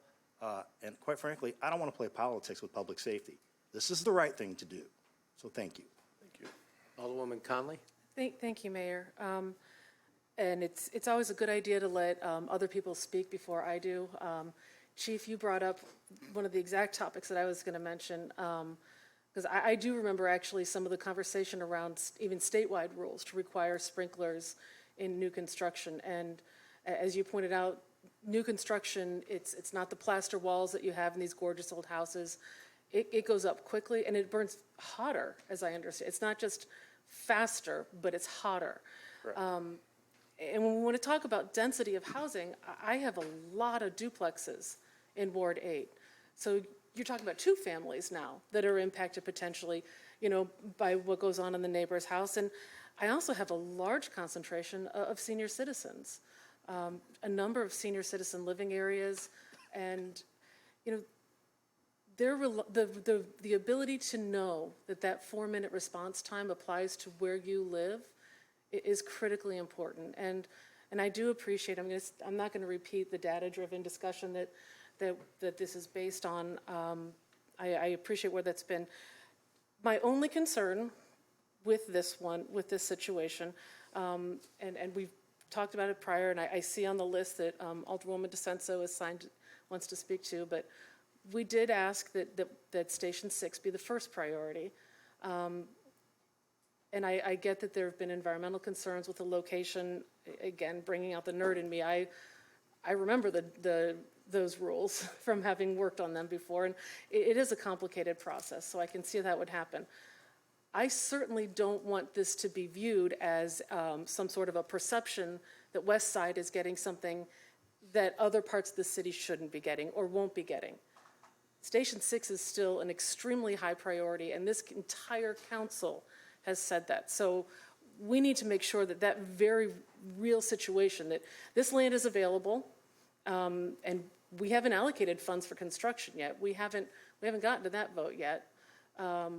So get the land now, make sure we've got that secured, and then we move forward with the other situation, with the other cases. And you know, Alderwoman DeCenso, I am 110% behind Station 6 being addressed. And because again, we talk about this 4-minute response. I want to remind you, we're all about 10 minutes from each other's wards. I mean, we're talking about our own neighborhoods here. I would like to know that my ward is protected. I want to know that my neighborhood is protected. I want to know, Alderman Williams, I want to know that you've got your 4-minute response time too, and I would certainly never take any action. I mean, I've been consistently supportive of the fire department, of funding for the fire department and making sure that our public safety professionals, and that includes Chief Scarlett in the back of the room, that they have all the tools and equipment and everything they need to ensure that our citizens get the prompt response that they expect. So I would encourage everyone's votes on this one. It would be disappointing to have dissent over something like where our professional staff has decided to put a unit of our public safety infrastructure. It's important for us to make sure that our infrastructure is consistently maintained and appropriately maintained. And we want to do this, and we can't do all the stations, but we can get some now, and in a couple of years, we get some more. That's how you consistently maintain your infrastructure and ensure that our community, our entire community, has what it needs. Thank you, Chief. Alderman Gregory? The last part. Thank you, Mr. Mayor. So, Alderwoman kindly answered one of my questions, that the construction part still has to come back. So I do see that there's some action on the 11th Street location 4-6, and I think it's important that we see council. I know I wouldn't be so quick to vote for the construction on 8 if we don't see, nothing's going on with 6. I think it's important. Your fire guys and our residents, so we got to make sure that, and Alderwoman DeCenso, residents. So we got to make sure that that's a priority, and we got to make sure that's moved. So we see the land going. I don't have a problem buying this land. I agree with Mr. Fugenzi on, excuse me, bless you. I agree with Alderman Fugenzi on the land and making sure we purchase it because it can get, and prepping it. I agree with that, and I'm happy to see this. But I definitely think that, I'm not so happy to hear that, it'll take years to get to the next one. So it's, sounds like we'll build 8 or whatever and then come back in a few years of doing 6. And I think That's not what I said. And I don't, that's not the plan. We're not trying to push 6 off for years. We just only have the ability to deal with the timeline that has kind of been given us on this. Unfortunately, there was some things that came back that needed to be looked into further. I think that we're looking at trying to push forward with an ordinance to go ahead and purchase that property as well. And 6, I guess I will argue with, I don't want to say argue with anybody on this, but there's an argument to be made that just because something may not come to completion first does not mean that it's not still one of our top priorities. It's taking more work. I think that should be something that shows you our dedication to making sure that 6 is going in the right spot. It would be much easier for us to find a spot that wasn't as good, did not serve the community as well, but is ready to go. That would be a much more digestible thing to do as far as a timeline goes. But I don't think that's what we're supposed to do on this. This is a 60-year commitment. 50, 60, 70 years is how long that we're gonna utilize this firehouse. My job is to make sure that we do the best we can to put it in the right place. And unfortunately, because there's something in the soil that we need to look into further, they haven't said, no, you can't build it there. They haven't said that any of that kind of thing. We think that it can be remediated and still be done. We're just saying, let's make sure that we know what we're getting into on this. I agree. And if that takes an extra few months, not years, I don't anticipate years, few months to make sure that we do our due diligence in a 60-year commitment, I think that that's something that we have to do. Thank you for the information. Appreciate you. Alderman McMiniman? In brief, I think that Alderman Williams and I were correct, that there's a very low fire incidence number of calls on Koki Mill. And to justify another station based on medical calls is just repeating the mistakes of the past, where we're using very expensive rigs and personnel to respond to medical calls. And that's a mistake of the past, and it's a continuation of the future to go that route. So we have to distinguish medical calls from fire calls, and I think we're correct that there are very few fire calls coming out of Koki Mill. It's a bigger area than Koki Mill. Alderwoman DeSenza? Thank you, everyone, for your comments, but this is not about me. This is about the citizens of Ward 6. This is about the citizens of Ward 2 who are served by Station House number 6. And, you know, I'm concerned with the whole Shields area because I'm not sure what the coverage is over there at this point in time. That's a major concern. That area is being built up. We're going to have a lot going on out there. We've got new businesses going on out there. We have a new, you know, car dealership that's going to be there. I think Shields ought to buy us a firehouse. Well, they've bought everything else. I'm just beside myself with this, with what's going on. And, you know, we exchanged words last week, Chief, and I appreciate your time.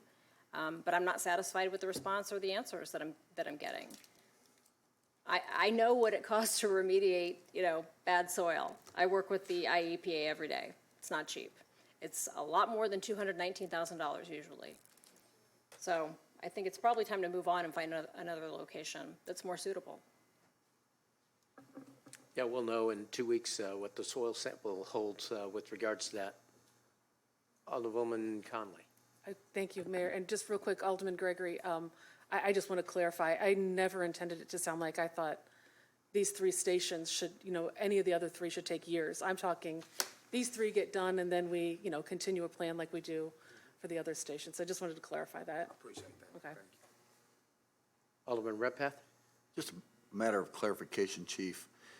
The Firehouse 6 now sets landlocked to exposure to 5th and 6th Street now, but it still has a responsibility to respond to the east to still make the coverage that it had in Wards 2 and 3 and 1. Is that correct? It's still responding to, it takes longer because for some places you have to go south to get north because it is landlocked there. So the response times obviously are impacted by that. To tell you the truth, we've kind of tried to look more forward than backwards as far as there's not anything we can do about the response time to what we have right there right now. So we haven't necessarily looked to see, okay, well, can we only get 4 blocks? We can't get an extra 4 blocks in that 4-minute time range. We haven't done that. But they still have one of the good things is, and I've discussed this before, is we have good overlap as far as coverage. And those houses are busy, so we need that overlap anyway, because 6 and 5 and 2 and 7 all run a fair amount of calls over in that area. And it's not my point to say that we don't need the one out covering Piper Glen or the one at Rickard Road. Firehouse 6 has to be the priority for, and it has been from the beginning of this whole thing because of the landlocked situation. And it will give a lot better coverage to the east side that they have right now. Is that correct? I agree. The reason why we like the 11th and Ash Street location so much is that we're talking about an area that's already landlocked. We're not talking about trying to get to new areas of town. We know where we are going in that area of town. We know that when they put Station 6 there in coordination with Station 5 and Station 7 and Station 2, that they did it right. Okay? We're only moving it 2 blocks. But in that 2 blocks, we're going to 2 main thoroughfares so that we can get places faster. We're going to be more visible. We do have, at a lot of our stations, we do have walk-ups. We have people who drive to the fire station when they have a problem. We have a lot of people, especially medical-wise, they pull up there. Now it's not, now it will not be nestled back in some neighborhood that 90% of the people in town don't know exactly where it's at. It will be visible. It will be in the right place. We will get places faster. And this is the place that we have to be as long as everything comes back. And I understand that there are no guarantees on what's going to come back from this last soil sample, but we can't cut bait on this not knowing. We still have to go through the motions of finding out what this second study is going to say. I think that's a great location, and I encourage you to do your due diligence to pursue it, because hopefully that will come to fruition sooner than later. So agree. Thanks. Thank you. Alderman Williams? Yes. So Chief, I supported your equipment as well as the houses.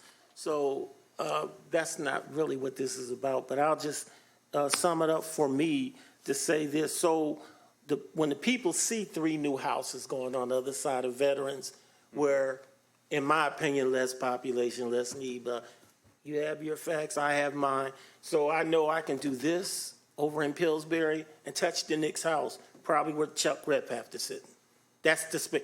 So when the fire starts to spread, it's just real to those people. I mean, that's how quick they're going to go from house to house to house. Whereas in 7, 8, 9, whatever over there, you're going to get the space to the door at least before the next house, or somewhere out there in the audience, there's more space. Okay, they burn hotter and faster because they're newer. I'm not expert, you are. So I have to rely on, you have the votes, this is going to pass. I just wanted you to understand our perspective again of what they live in over there, how they live, and then what we continuously on this council go through. We continuously say there's always these reasons. I appreciate you, Alderman Redpath, for agreeing that 6 got to be first shot. I'm happy your ward is going to get one probably real quick here. But I still have to make it real. My ward's going to lose one. Oh, I'm sorry. You're correct. I just need to make people understand the reality of over there, because that's how those neighborhoods are over there. They're not new. The oldest fire stations, the years. Look, if you look at years, we talk on data-driven. So we're giving 3 brand new fire stations to the newest part of town on the side with the best homes and the best whatever. But then in my ward, in the older wards, 1950 something, real small fire stations. Again, I want everybody to be protected, but I just want you to remember what perception looks like and what it always tends to be for the east side. Thank you. Not just the east side. You're east, you just ain't realized it yet. No. East side No, starts at MacArthur now and goes down. I'm the urban core. I'm the inner city. One item I will say is we're building 2 new ones. The last ones, just to give everybody a perspective, the last ones that were built, I think, were when my father was mayor. And so that's how long you do without. But as the chief said, it's all about strategy and how they were built originally. So going to what Alderwoman Conley said, we haven't vetted this out, but the next ones to be looked at is number 2, I think, on Stevenson Drive. That's where our training center is. There's going to be grant dollars for workforce development. That's where we're probably build a station as large, if not larger, but geared more towards training. We have property over there. The other one is out north. We're in discussions right now with the fairgrounds. It's not in the city on technicality, but if you're going to relocate, that's not where you'd have a station. So we've talked to the fair about, do they need EMS service or do they need fire service? Because that's not where we'd like to place it. So we're looking out in that area. But on the other ones, they will be rebuilt. We've had this discussion. So you have to rebuild the fire stations for today's apparatus. And so that's, so everything's been taken into consideration. The ones we're relocating right now are the ones that were deemed necessary. Let's do a reminder, 6 had to be with regards to the trains. And even though it's moving from one ward to the other, it's only 2 blocks away. Fire knows no boundaries. EMS calls know no boundaries.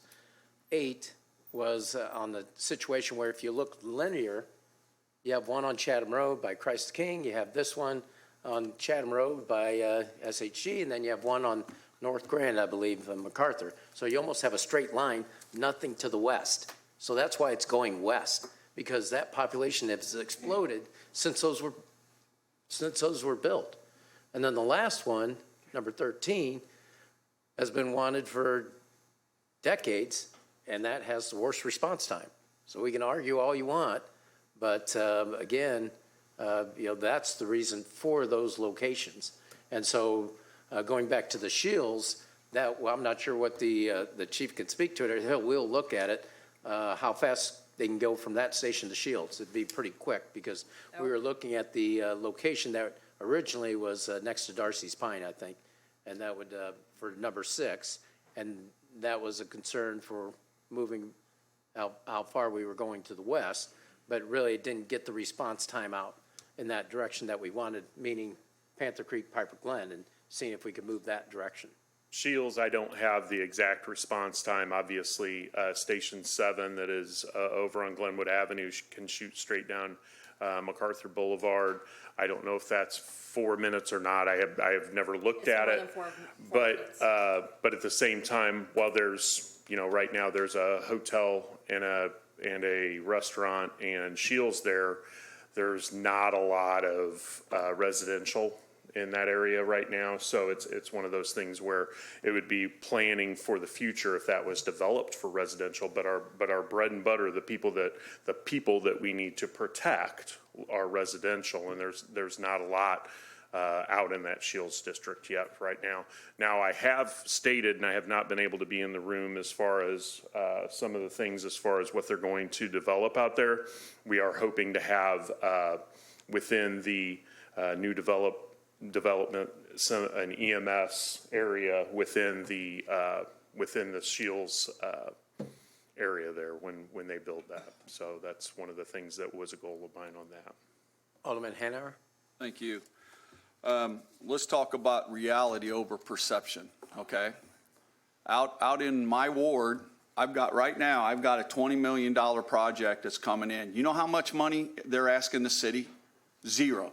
It's all private financed. Rich folks. The roads out in Ward 10 are all originally built by the developers. Not the city, the developers.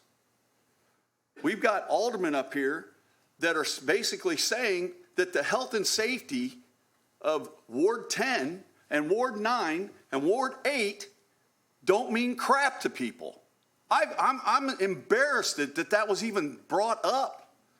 You're saying that the medical response to Ward 10, 9, and 8 don't mean boo? That's ridiculous. That's what you said, Alderman. You can't take it back. It's on record. I said less expensive response is what we need. Type of response. The fact of the matter is, this city has grown, and it's continued to grow. I remember when I was a kid, the west side was right about MacArthur. I mean, if you went to Chatham Road, it was a dirt road. And I mean, Kristen, when Colony West was built, her family and my family moved out there. We can try to stop the people from developing land, but you might as well put a we're closed sign, because there's a lot of taxes out there. There's a lot of businesses. And what you're telling these people is that their health and safety does not matter. And that is wrong. False. That is 100% wrong. You said, well, they don't have many fires. Well, I can guarantee you they have a lot of medical calls. Guaranteed. Now, Alderman, you want to take the one out of Chatham Road and move it? We can do that too, instead of having a new one. Because I guarantee you, Chatham Road doesn't have many fire calls. I bet you they got a lot of medical calls. But this is absolutely insane. What we're doing is we're telling parts of the city that their health and safety does not matter. And that is 100% wrong. 100% wrong. And I think we need to call the question. Let's get this thing passed or fail it. I don't care at this point. I think we should put all 3 fire stations in one big ordinance, and they either all 3 pass or they all 3 fail. Because this is getting ridiculous. We're pitting different wards against each other on something that's the best for the city, and that these guys have spent a lot of hard-earned money. We bought it. We had a company come in, and they held up what you recommended. They didn't address fire station placement. No, they didn't. That's correct. And Redpath? I was going to make a motion to call the question, but I'll let Alderman DeCenso speak. Okay, Alderwoman DeSenso? we've all sat up here. We've all said Station House number 6 was the top priority. That's all we said, okay? Everyone agreed to that. I don't begrudge Station House 8. I'm voting for it. Of course I am. But I have always stuck with the fire department. Always. And I don't see the fire department sticking with Ward 6. Now I'll call the question, Mayor. Call the question. All in favor of the motion, vote yes. Those opposed, vote no. The motion, or the voting is now open.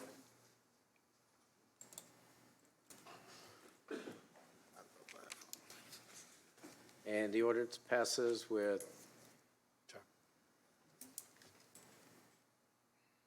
You got to vote, Chuck. Oh, I'm sorry. I was trying to get out of the drama. 8 voting yes, 1 voting no, 1 voting present. Next Can I item. request to speak, Mr. Mayor? Yes, Alderman McMinimum. I didn't like being smeared by that kind of talk that we don't care about health and safety. That's what you I said, think- Alderman. I said that there has to be Alderman McMinimum, speak, please. a less expensive type of response to medical calls. It's the biggest joke in Springfield. It's been this way for 20 years. Someone falls to the ground and you have 3 fire engines show up and an ambulance. That's the fact. And the citizens of Springfield know there's a problem with that. That's what I was talking about. Thank you. Next item on the agenda is 2022-179, an ordinance authorizing redevelopment agreement with BDP, Springfield North RE LLC, for redevelopment assistance for the property structure located at 2501 Marketplace Drive, utilizing Northeast Tax Increment Finance Funds in amount not to exceed $250,000.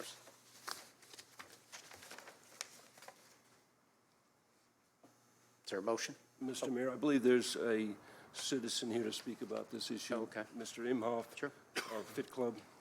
Should we move for discussion, or what's the? Move for discussion. Second. Okay. Good evening. Mr. Mayor, City Council members, thank you for giving me the time to speak tonight. I was made aware of this just recently, and as I thought about it, I had a number of concerns.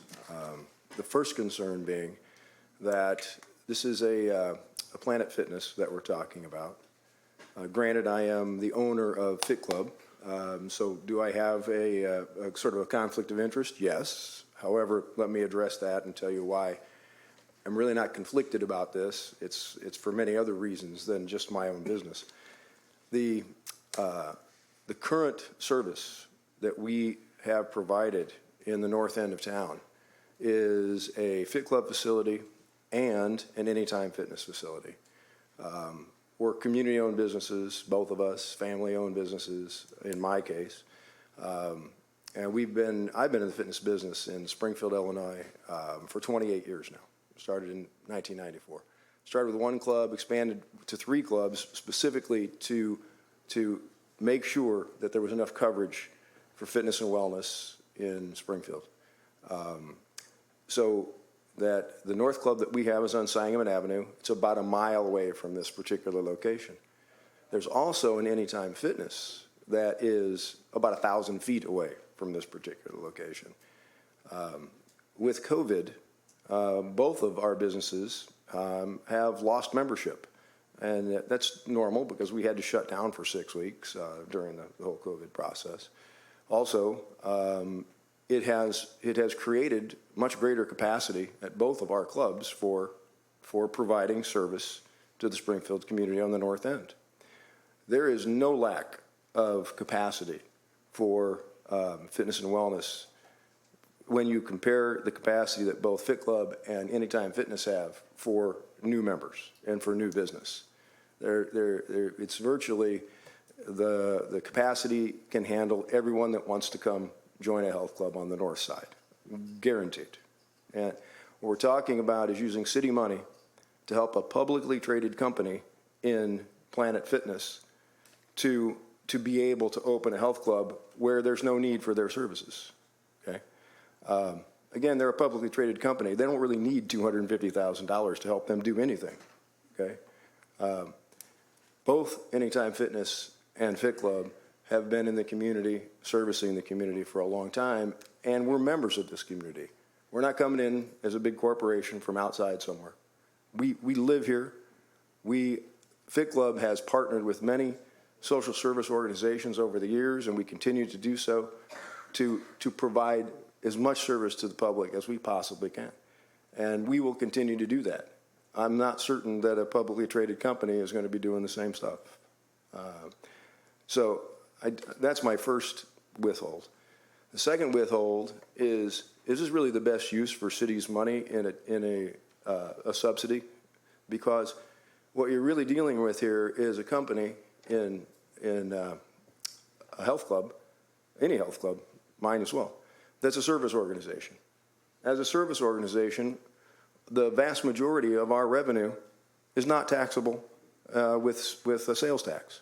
So if this land, which is, let's be clear, it's adjacent to Menards, it's an outlot basically of Menards, it would be much better served as a retail business in many ways, because as a retail business, it's generating sales tax, which the city gets, okay?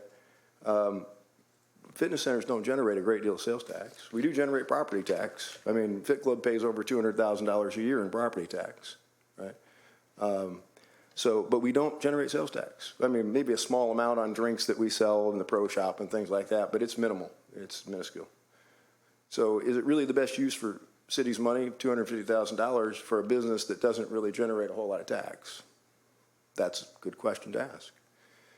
Third, this Planet Fitness is a budget fitness model.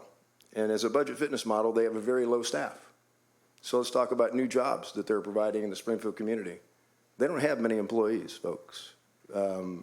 Fit Club has 170 employees in 3 clubs. We're a full service model. This company is going to come in and provide minimal new jobs. Okay? Again, I'm just asking, is it really best used for city money? And then on a personal level, full disclosure, I feel like it's very unfair to businesses that have been here for years that are providing services and have capacity to provide more service for the city to be giving money to a publicly traded company to come in here and compete with us. I am more than willing to compete with any health club, and I'm happy to compete with any health club. But I would ask the city to please let me compete on a level playing field. Don't ask me to compete against a publicly traded company that's getting $250,000 that I don't get. It's just not really a fair scenario in my estimation. So please take that into consideration when you vote on this issue tonight. Any questions or comments? Look at your screen. Oh, sorry. Alderman Gregory. I will just thank you, Mr. Mayor. I did speak to the Anytime Fitness Club owner. He has some concerns out there. He's I was just like, we're gonna move you to the east side, but he does have some concerns, and you make some valid points. So I appreciate you coming and sharing that you brought us some valid points. Thank you. Thank you. Alderwoman Conley. Thank you, Mayor. And thank you for coming in and speaking. I know I have sent a fair amount of unused dues to Fit Club down the street from me. I did go though, and it was a great place to recover from surgery. I have concerns about this particular ordinance, Mayor, and part of the reason why I will be voting no on this is that at our committee of the whole last week, I specifically requested a detailed description of our TIF funds, what was already allocated, what we had in our TIF funds, and we've gotten nothing. I mean, maybe it came at 5 o'clock, but we've gotten nothing. So again, for an Office of Planning and Economic Development that doesn't have a director for over a year now, when I make a specific request on an issue that's really relevant to what we're talking about, and to have that completely ignored, I'll be voting no on this. And sir, you make very valid points too that strengthen my no vote. But I will say the first no comes from the fact that we got none of the information that was requested. I asked for that for a reason. obviously my ward doesn't have a TIF, but I still think it's important to support these TIF districts as best we can. And I have a role in seeing that these dollars are spent well. I have no idea what they're doing. And that was why we asked for that. I asked for that information for all of us. So thank you for coming in and speaking. Thank you. And I'll try to get back to that pool one of these days.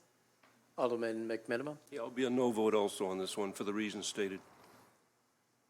Any other discussion? All in favor of the motion, vote yes. Those opposed, vote no. The voting is now open.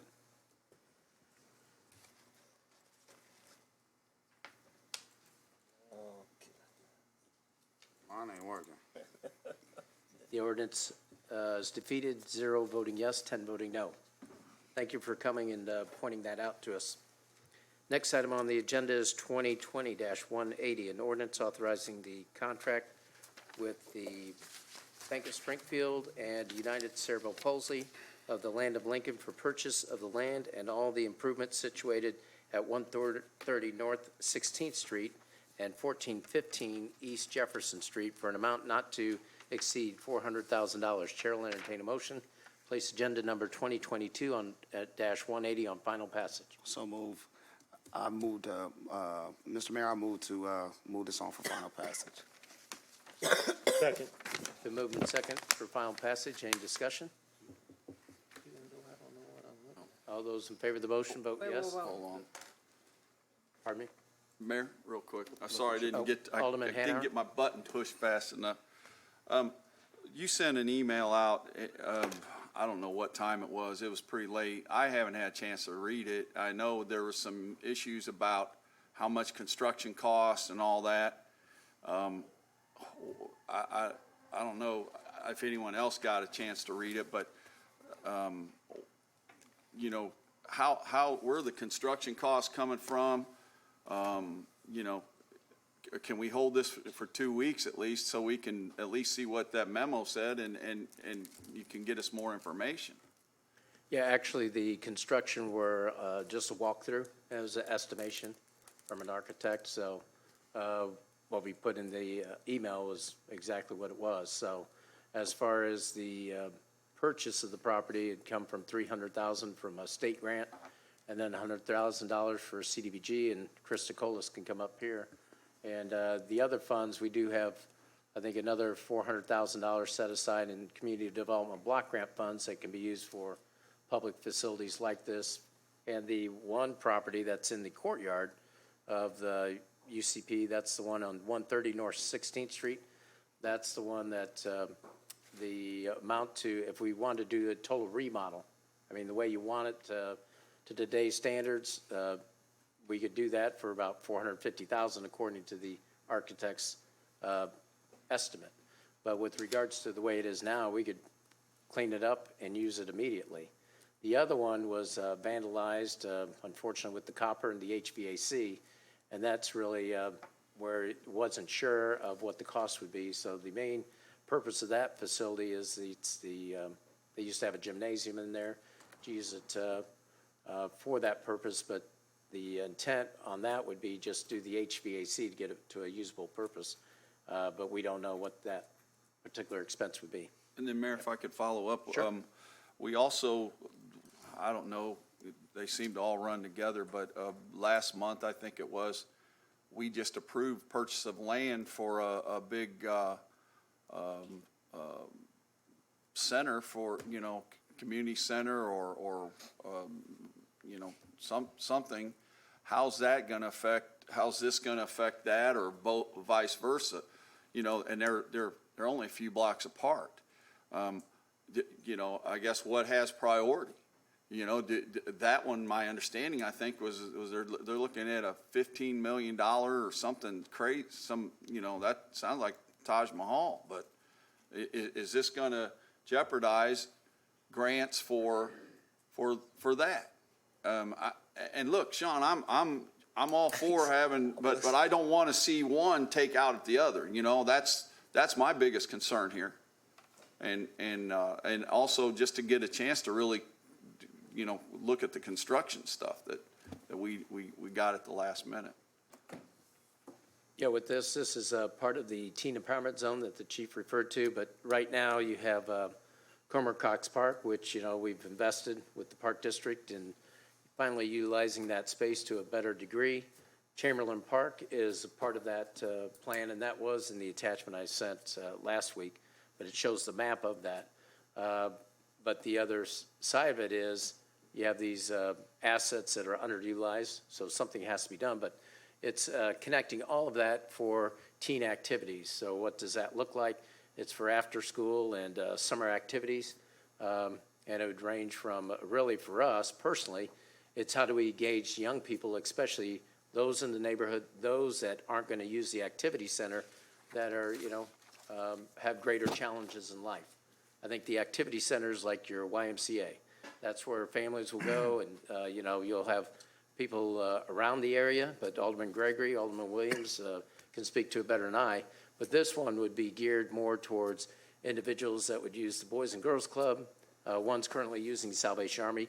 You have these great assets that would tie everything together, but this would be specifically for teens, because right now the Boys and Girls Club goes all the way through 8th grade, maybe a few years beyond that, and the Salvation Army is geared towards other activities, but nothing really specific for teens.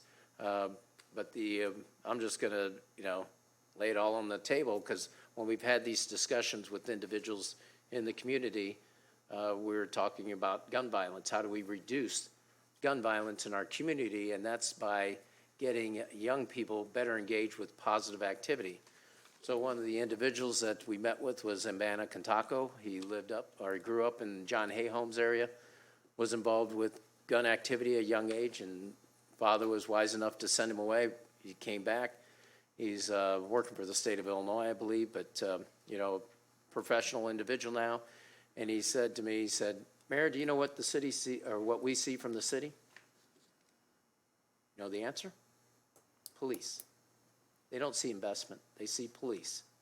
He said, when I grew up, John Hay Homes was, we thought it was, a rundown housing authority property.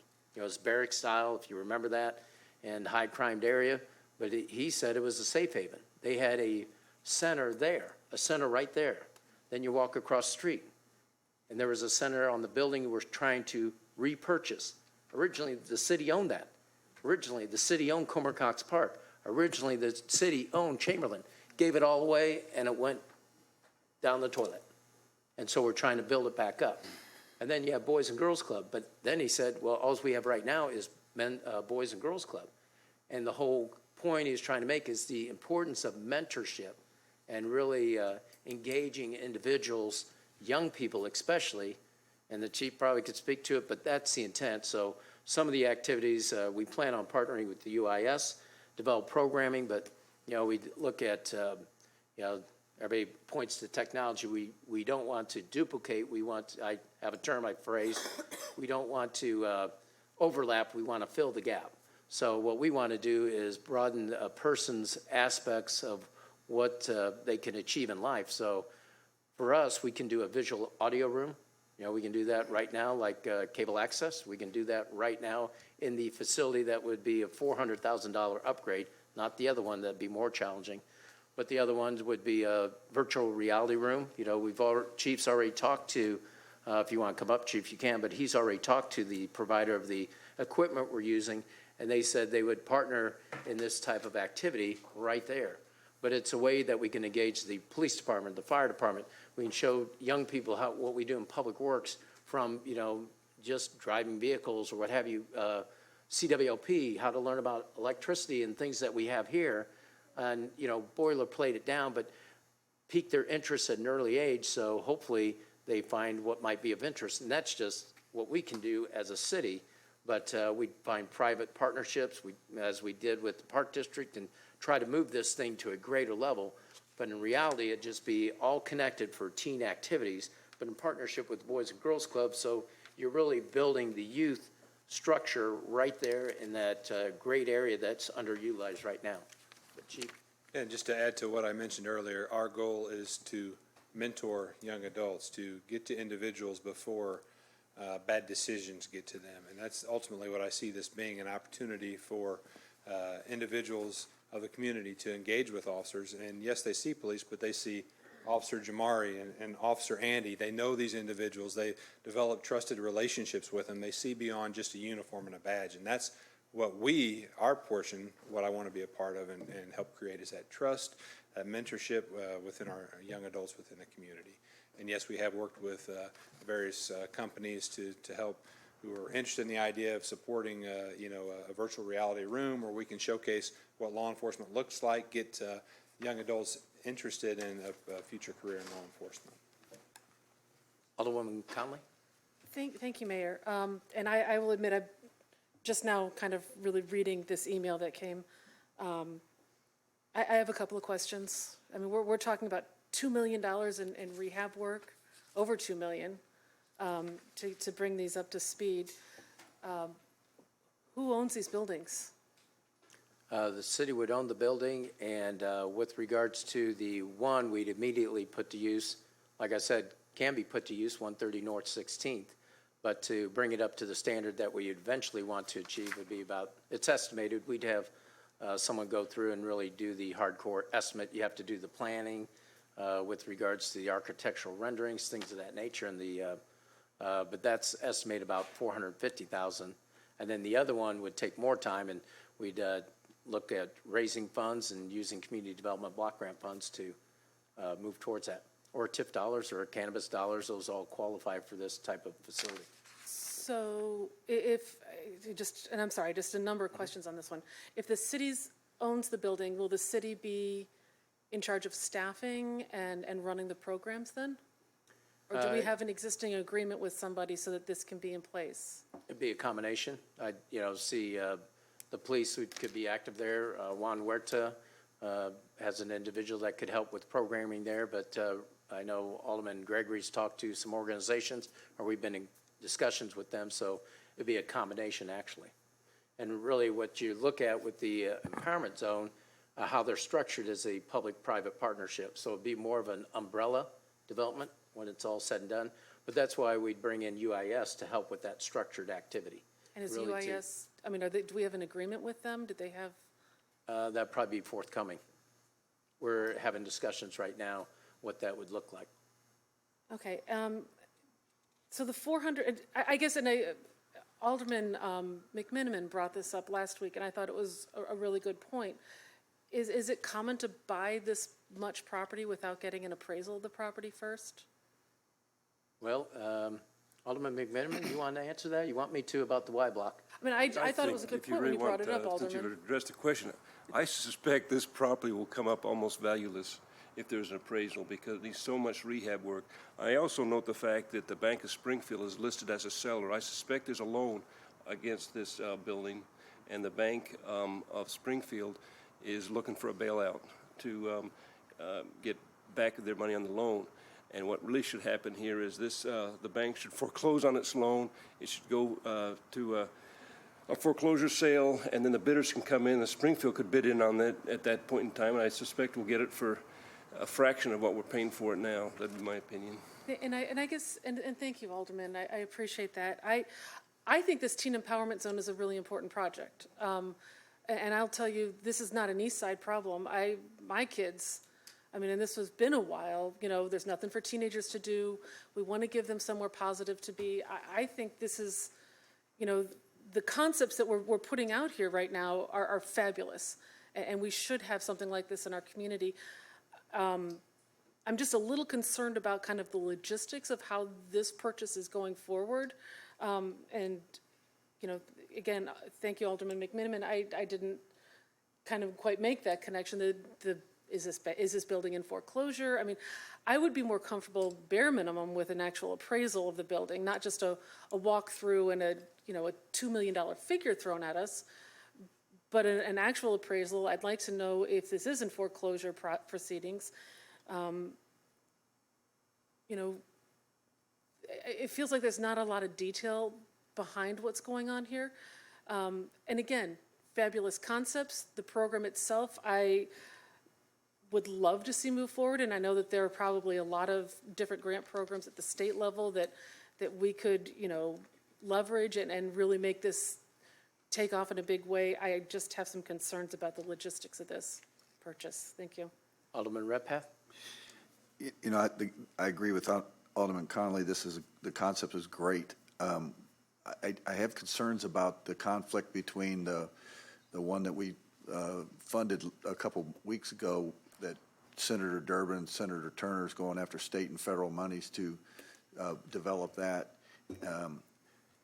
Why don't we shut one of them down if this is the right place? And I agree with you using those facilities up because they're sitting vacant. That's a great idea, but I can't support both of these. I don't think it's feasible for us to have two community centers within 5 blocks of each other. So until we get better, and like Alderman McMenamin hit it right on the head, we probably could get it for a song if we hold out. I can't support it the way it is.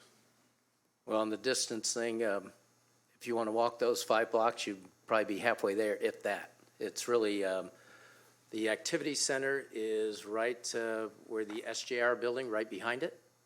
And if you ever been to Comer Cox Park or Salvation Army on Clear Lake, that's where it's at. My family It's grew more up than over 5 there. I blocks, know it's that a ways whole away. area. So really, it comes down to, but I'll, I've already said my piece. I'll ask Alderman Gregory. He can speak to it better than I can. He lives in the area, as well as Alderman Williams, who's next to speak after that. Thank you, Mr. Mayor. I always find it, and I'm gonna say this, I'm gonna be very frank, I'm not calling anybody racist, I'm just calling out the stats, I'm telling you right now. So, when we look at the east side, these are the stats they've been reported on nationally, right? 65,000 median income to 25,000. This is what people who look like me make in this city. There's 9,000 black homeowners compared to 40,000 of everyone else. 9,000 to 40,000. We lead the country in these two stats. The life expectancy for people who look like me is 66 to 86, 20-year difference. This is going into the health. There's a 42% poverty rate in the community that I'm from. And I could go on and on. Children over there in our neck of the woods is in 54% poverty. So for us to count how many community centers work, and one of the things I hate is when we bring up other entities, because every entity, the people at the activity center, where do you think the activity center come from? It didn't come from Andy Van Meter as far as to do that.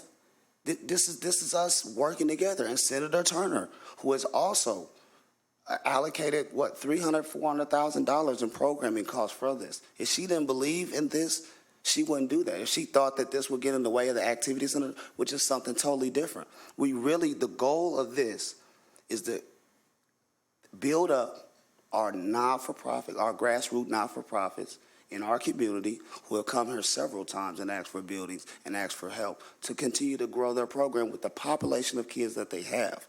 Don't put us against each other. The Boys and Girls Club, guess what? Tiffany been at the table too to help us figure out programming. Everybody in the community, they need the help. Everybody, it's so much of a problem. We could probably do 2 more community centers. There could probably be one on the south side by Kiwanis Park and things. This is why when Icon had this tour, this is why I wanted to go with you. This is why I asked. I know you're not a camera guy, but this is why I asked, because I'm trying to break this east and west thing. I'm trying to come over here to see it. Why I talk like this, why I'm so passionate about this. And I want to come west to see what your needs and understand your needs.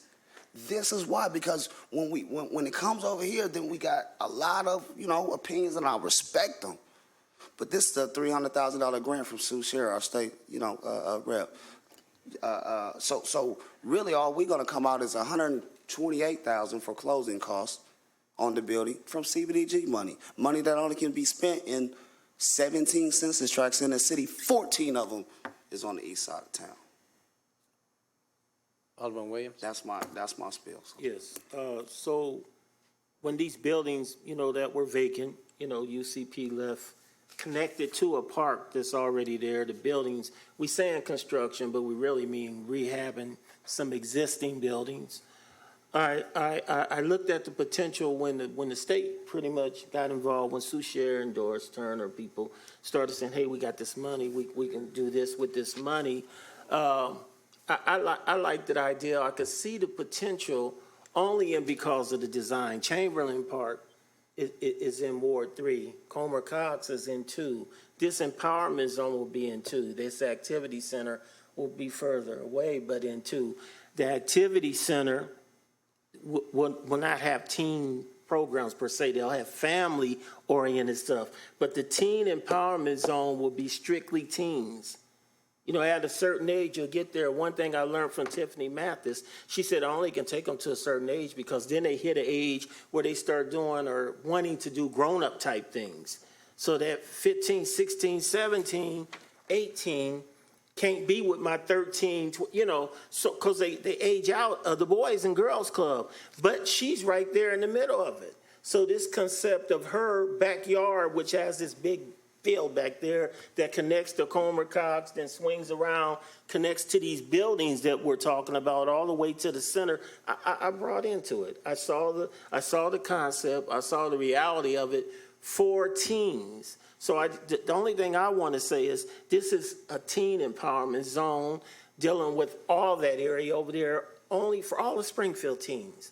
Whereas the activity center deals more with the hub, family meeting spaces, you know, so many other types of things that won't be really involved in teen programming. When UIS brought in it, or as they are buying into it, as we're having these meetings with them, they are the ones that are organizing all these community groups that come forward and say, hey, can you help us get a building? Can you help us get...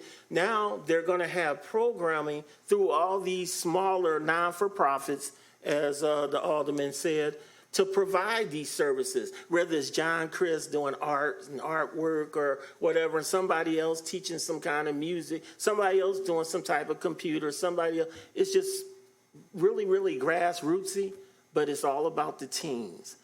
So the big thing I want to speak on was there is a difference in between what the city and the hub and that activity center piece is very different look from strictly a teen program. Like Mike Feline told me, his program, it doesn't reach the type of kids that ain't gonna go to the Boys and Girls Club, that ain't gonna go to the outlet. We have to, those are your future shooters. Those are the crime. That's why the police piece is so important to this and that they're doing buy-in. So I just think it could be very powerful for Springfield as a whole, for teens from that aged out age when they hit 14 and go all the way to 18, 19 or wherever, and that type of activity with UIS providing a program structure and a curriculum for all these non-for-profits to have roles to play. I just think it'd be powerful, and I suggest we support it, especially since a lot of this funding has already been identified. We try to minimize the city's role as much as possible. Alderman Donlin? Yeah, thank you, Mayor. My understanding is with this ordinance, it's right here in front of us, we're talking about purchasing the property, and it's $400,000 to purchase the property. I heard a figure in the past that originally it was we were talking about $800,000. Yes. That was obviously negotiated down to half of that, $300,000 from the state, $100,000. This doesn't, if this were to pass this evening, this obviously doesn't mean there's not a lot of hard work before us and a lot of money that would be involved. But I don't like seeing empty buildings anywhere. I don't like seeing empty buildings that have potential. That area has thrived in the past. Alderman McGregor, you and I talked about this last week when the ordinance was before committee, and I think there's several questions that need to be answered. And when that happens, and I hear this is very organic discussion here this evening in the Horseshoe, when that happens, my inclination is, let's time out and see if we can hold it. That's entirely your decision, but I will tell you this, because I committed last week. I said I don't have a problem with it, and I'll be for it, and that's the reason why. So, but there's, if it passes, we still got a lot of work to do, and I think these questions absolutely have to be answered. But this is for the purchase of the property only, and it's $100,000 of city money. So, thank you. Correct. Alderman Hanover. Yeah, thanks, Mayor. So I guess we will see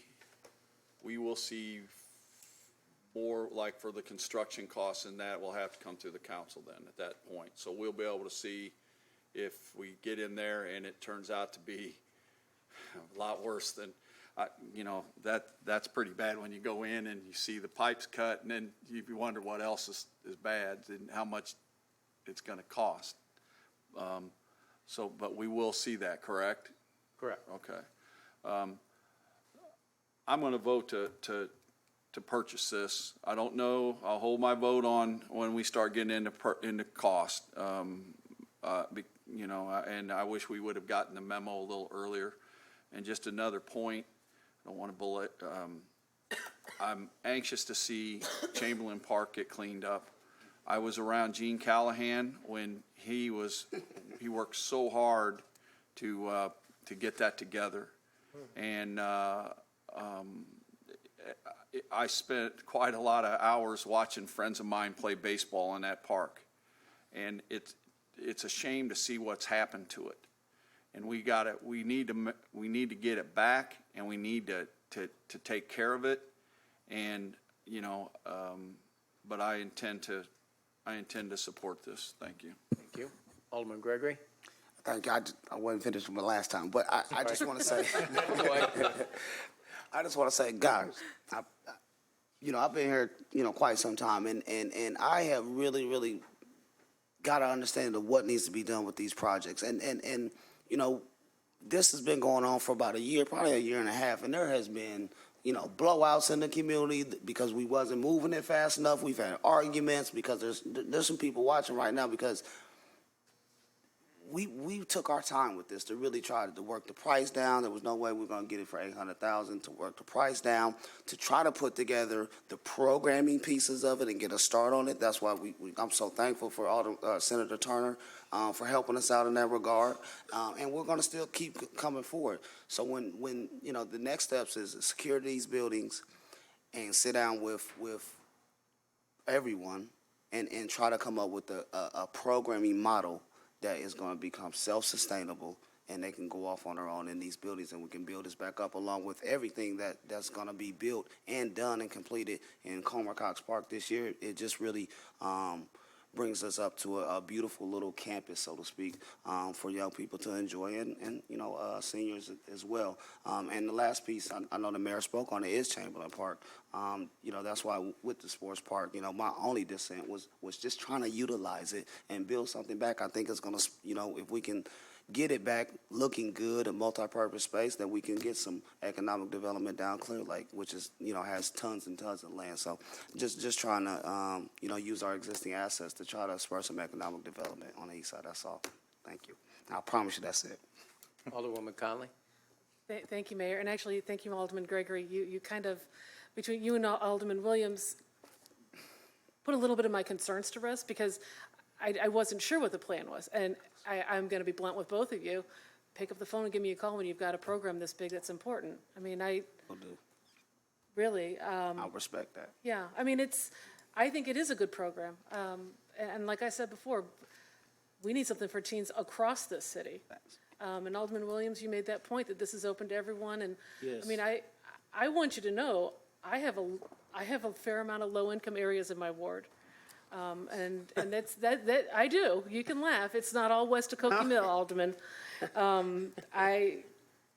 We have to be careful how our perceptions lead us. Yeah, because, Because I do, and I want to make sure that all of those kids have somewhere to go. And I think this Sure. is a lot of potential, and I'm excited about that. So, I came in tonight very unsure. Yes. I appreciate the additional information tonight.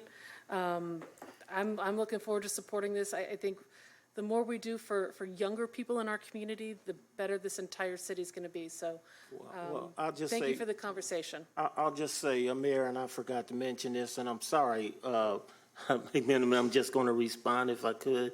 I know you're ahead of me, but the Park District committed, and the Park District did commit to put the pump track in the teen empowerment zone, as well as the bike path, which the Alderman and myself failed to mention. So Springfield Park District is definitely at the table and has those two big activities that they're going to build, and one piece is already in the process of being built. Right, we've seen those. Thank you. Alderman McMenamin? Well, I really respect the intentions here, but I just, to me, and I'm supporting the Calvin Pitts, $400,000 to train home repair skills and to improve the housing stock. I thought that was a good proposal. I hope it comes back to us for a vote. So I was a yes on that one. I was a yes on the Southtown project. I think that was $400,000. That's two $400,000 projects. I try and pick and choose and go for the good ones. And if there's problems with something, I think we shouldn't just knee-jerk it to a yes without an appraisal, without a bona fide building inspection, without knowing what the loan is from the bank. What's the matter with this council? They can just say yes, not having those items. It just blows my mind, to be honest. So we had a gentleman here last week that said, even dead fish can go with the flow. That was Mr. James Johnson, African American. I just think we're being reckless when we approve something and we're half blind to it. And I would like to know how much the Bank of Springfield is owed on this building. And so I'm going to stick with my no vote on this if it goes. And I'll just stick this up again. We're spending money like drunken sailors here. And we've got this police and fire pension debt out there that has grown $130 million in the last 3 years. And this is the future of Springfield. If we sink ourselves in debt, we're estimating $2 million to rehab this building, $400,000 to purchase it we haven't even talked about the Realtors Commission that is going to be paid on this. And then we got all the never-ending operational costs. I would rather put our money into the gateways. South Grand, Clear Lake. we know them all. Clear Lake, Cook, Peoria Road. I say we do both, all of these things. The east side needs all of these. I just have a problem putting money into bricks and mortars because we haven't even helped the kids yet with bricks and mortars. Amen. It takes people to help people. So that's the reason for my no vote. Alderman Redpath? Obviously, I wasn't privy to the discussions you had in committee. Some of the comments that was made after my statements from Alderman Donlin and others to reopen my eyes on this thing. I think that the amount of money that we have to invest initially is something that we probably should do.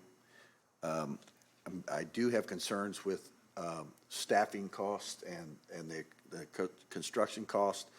I just asked the chief of police about how we're going to do that.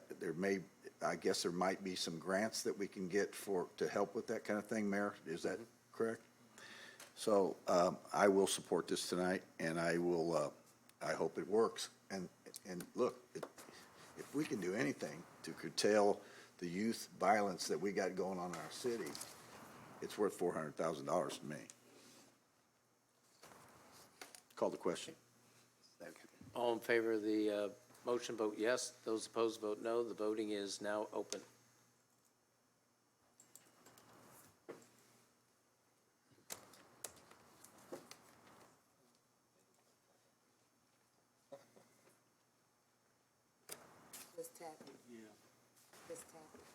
And the ordinance passes 9 voting yes, 1 voting no.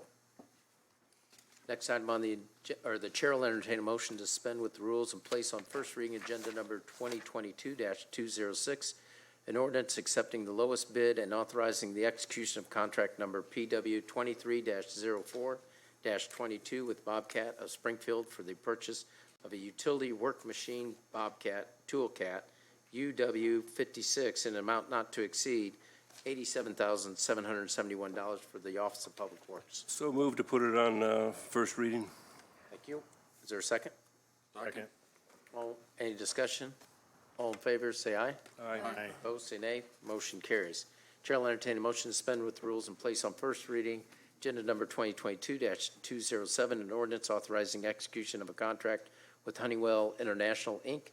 for the purchase of the land and all improvements situated at the southwest corner of 11th and Ash Street for an amount not to exceed $75,000 and closing costs an amount not to exceed $5,000 for a total amount not to exceed $80,000. So moved. No, Been moved and no. This is the same so we're going to pay $80,000 for this, and then we're going to then there's cost on top of it to possibly remediate this. I say we hold this till we know more. Why are we, But we're asking that it be placed on first reading to. We'll hold it at the next information be meeting. Forthcoming. I guess that was my question, is why are we, why are we? Let's just go on the first reading. Second? Okay, discussion? All right. Yep. Oh, Alderwoman Conley? thank you, Mayor. I was going to say essentially what Alderwoman DeSenzo said, which is, I'm not sure why we're dispensing with the regular notice for first reading. This one could wait for first reading for the next meeting, but Yep. we can hold it there next week. Any other discussion? Oh, actually, wait, I'm sorry, Mayor, I did have another question. Does this ordinance anticipate that should these second round of environmental tests come back, that we're in no way obligated to move forward with anything, is that correct? Correct. Okay. We gotta be pending the Still hold it, environmental. but, okay, thank you. Second. Was there a second? I'll second it. Okay. All in favor, say aye. Aye. Opposed, say nay. Motion carries. Chair will entertain a motion to suspend the rules and place on first reading agenda number 2022-208, ordinance authorizing professional service agreement with Harold O'Shea Builders for construction management and oversight for the construction of 3 fire stations locations for an amount not to exceed $895,000 for the Office of Budget and Management. So move. Second. Been moved and second. Any discussion? All in favor, say aye. Aye. Opposed, say nay. Motion carries. Is there any unfinished business come before the council? Mayor. Yes, Alderman Hanauer. I mentioned it a couple of weeks ago. We've got issues. I did get a chance to talk to Corporation Counsel. We've got issues with these fiber companies doing horizontal boring. We've got to tighten things up in order for them to do it. I think that at worst, we need to have a point of contact. They have to do a better job of notifying the neighbors, and not with sales flyers, but with actual notifications that there's gonna be digging and things in their yard. And the other thing I think we need to look at is, if we have the first company that goes through a neighborhood, they lay the fiber down, they use a pedestal, but that's a shared pedestal and it's shared, or it's not fiber, but it put a conduit down. And I think we need to look at it to where they don't have to go in and tear up everybody's yard when the next company and the next company and the next company come in. I've had a company that hit the sewer line. I've had a company that's hit multiple lawn sprinkler systems, and we just got over one, and then the next company comes in a year after them, and I'm letting all you guys know they're coming, and they won't do it together. I'm hoping that by me saying this, we can do something so it eliminates the chaos that it causes in your neighborhood. So I would ask that we look into that. I don't see why we can't make them put the conduit in, and everybody shares the conduit. Everybody knows where it's at. Yeah, we'll look at drafting an ordinance to make it, more structured. Any other unfinished business? Well, just a comment. Oh, there we go. Alderwoman Conley. Thank you, Mayor. And again, letting Alderman Hanauer hit that button first, that was the similar topic I wanted to bring up, is that I'm getting complaints, and I believe this time it's AT&T going through neighborhoods. But, so Mayor, if we can put something together, we need to, bare minimum, I don't know about the conduits, that's not above my expertise, but they need to have a contact person designated and residents notified of whom they can reach out to if there is damage, because I had one resident who just sat with his horrible, it's just torn up yard, and he didn't know who to contact because no one had come and told him who was digging in his yard. He assumed it was Public Works. So we do need to make sure that these companies have, again, yes, not sales notification, but actual notification. And we need to, as a city, maybe put out some sort of information to our residents about these are your rights. when someone does come and dig in your yard or dig in even the easement. I've had people complaining about what's happened to their easements because they take pride in that and they mow it, they care for it. We know it's our city property, but we need to see that people have an understanding of what their rights are and what their expectations are. So if we could even have someone do sort of an FAQ around cable installation or just, those kind of utility installations, I think that could be helpful too, just to point people to. Very good. Thank you. Alderman Redpath. Mayor, how many people do we have still working from home? Do you know? We'll send some out to the directors. They're supposed to I understand we do document have that. people still working at home. I'd wish you'd look into that, please. Yeah, we will. That for you. One other question I have for CWLP. Director, we have some people that are working 6 and 7 days a week at the utility on overtime because we got people calling in sick on a regular basis out there. One individual is called in sick every weekend, and it's causing people to have to work extra shifts. Would you please talk to your supervisors out there about that? There's also some problems with people getting lost out to the power plant. They're not showing up when they're supposed to be. Sure, yeah, absolutely. Thank you. Alderwoman DeCenzo. Additional chaos is not something Ward 6 needs more of. So thank you. Brought some rocks in. Thanks. We had some traffic lights turned off on 5th Street and 6th Street at Isles and Oberlin, and it has created mass chaos, even for me as I went up yesterday to stop at the light. Yesterday was the first day that it was turned off. It's a problem. That is already a raceway. I've been in contact with IDOT, contacted the IDOT secretary myself, have a relationship with him. This is a bad move for a neighborhood that has already been highly stressed because of the rail improvement project. So I think as a city, we should do what's right for our city residents and slow down 5th and 6th Street. I don't know if Nate wants to talk about that, but. Oh, I know it's Nate's heard it from me. He doesn't need to say anything. I mean, about the process. And I already know the process. We had a public hearing about it 5 years ago. I'm well aware of the process. And we are doing a 90-day monitoring period.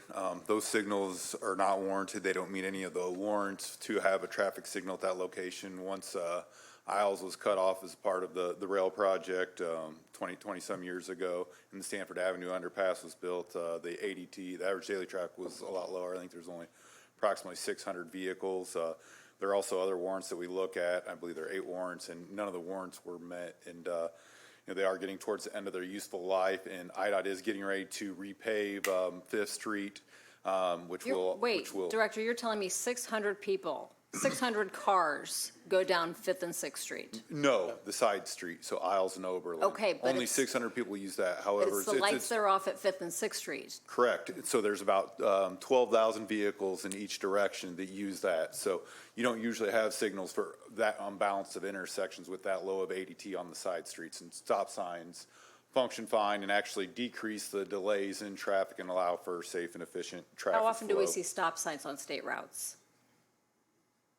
Stop signs on the side streets on state routes in urban areas are extremely common, and then free flow through the major intersections. We just removed 2 of the signals actually on 5th and 6th Street at Spruce Street, and that functions very well and is functioning very efficiently. And then also saves us $500,000 to Also have to closer to replace South that. Grand, so that's a totally different situation, as you know. Yeah, so, well, it's very similar. It also, decreases delays. Also, you have more people disobeying stoplights at unwarranted signals, and then it also helps with fuel efficiency by not having a signal in an unwarranted location. With that being said, we are evaluating it. It is a 90-day period. If they should remain and we're missing something, then we'll look at it. We have been monitoring it. There was concerns with people backing in and out and having spaces, but there have been gaps. We've been monitoring them, and there are gaps for people to back in and out of their driveways, and we'll continue to monitor it the entire time. Also, generally speaking, $2,000 to $8,000 is the maintenance cost per signal. just in standard maintenance, but and it's up to 400,000, 500,000 to totally replace signals if we needed to. So that'd be $1 million for each one. So I will just trying to agree be with good stewards of the taxpayers' I dollars. will agree, when people are going 60 to 65 miles per hour, they do get that greater fuel efficiency. So I'll agree with that. So will they take into consideration the speeding, and because there is a larger stretch, then I think it goes from, let's see, Stanford? They go from Stanford to, Yeah, but, well, and for the most part too, 5th and 6th Street, due to the traffic on the side streets, has a lot more green time anyway. But we are monitoring, we're monitoring the speeds before and after, so we're taking a look at that as well during the 90-day period. okay, that's through IDOT, and we'll have that joint discussion, decision. That's correct. Great. Thanks. Alderwoman Purchase? Thank you, Mayor. While I know I do have my colleagues' support on a lot of my projects that's coming, could you please try to get the report of how much are in our TIF districts out to everyone by the end of next week? I know Ravi has been out with some personal stuff, but could we please try to have that to all of my colleagues by the end of next week? Yes, ma'am. Thank you. Like it by the end of this week. I know I got your support. Is there any new business? Wait. Oh, Alderman Redpath. I'm sorry, one more time. Sure. I'm a member of the Black Tigers Honor Guard that does the vigil over the Vietnam Memorial, which is this weekend. We'd like to ask people to come out to see our vigil that starts on Saturday and continues over to Sunday. We'd appreciate that, to honor our veterans and the Vietnam men and women that were lost in Vietnam. Thank you. Thanks. Any new business? Couple of announcements. One is Moonlight Market is starting up every Wednesday through September on Jackson Street between 7th and 6th Street, or 6th and 7th, from 6 to 9. And then also this weekend is the, can I say Fat A? Fat A 5K? I was going to say it when I announced it. Heard you say worse, Mayor, come on. Yep, that's right. It's Friday is the pickup, and they have a street party from 5 to 11:30 at 7th and Washington. And then Saturday's the race at 10 o'clock, and the celebration goes on from 11 to 3 o'clock in downtown Springfield. And I think Alderman McMenamin, you have an announcement? Well, let's not forget Mother's, you know, we're talking about everything else. We got Mother's Day on Sunday. Let's keep that in mind. Cat moms count, Lakeisha. Thank you, Alderman McMenamin, for stepping up for us. Thank you, Joe. Alderman Redpath, Yes? do you have oh, you didn't take your name off. Alderwoman Purchase? While we have Fat Ass 5K coming on Saturday, we have First Fridays too for Downtown Springfield Inc. from 4 to 8 on Friday. So please come out and participate and patronize our downtown businesses. We also have the Girl Scouts coming here too at the Convention Center on Friday, and they'll be all over downtown as Right. well. In the middle of the fat ass. And then Monday, I think Monday, and that's May 9th at Cherry Hills Church on Woodside Road. We are going to have the Springfield Fire Department Public Open House for Station 13. And that's from 4:30 to 6:30. And then also Monday, May 9th, I believe, is someone's birthday. Is that correct? Alice? It's Alice Rainey's birthday. Alice, it's your So birthday. happy birthday to you. Happy birthday to you. Happy birthday, dear Alice. Happy birthday to you. Oh, Alice, I would have And thanks worn for one of not your coming favorite up tonight and getting us out early. So any other new business? Is there a motion for adjournment? So Mayor, did you ask if any? Oh, sorry. Oh, sorry. Yep. You come forward and state your name and address for the council. We'd appreciate it. Hi, my name is Matt Shear. My address is 1400 South Whittier Avenue. I'm a new resident of you. Welcome. I left Keisha, I lost him, unfortunately. but he's I know, still I'm my so sorry. family. But yes, I would like to start a business, and I wanted to just, while we have everyone in the room here, bring it up and see what the Corporation Council might have for me, or Alderman Redpath, since it is in his ward. The short of it is electric surfboards is the easiest way to explain it. Liftfoils.com are the manufacturer of these propeller-driven surfboards that I would like to teach people how to ride on the lake.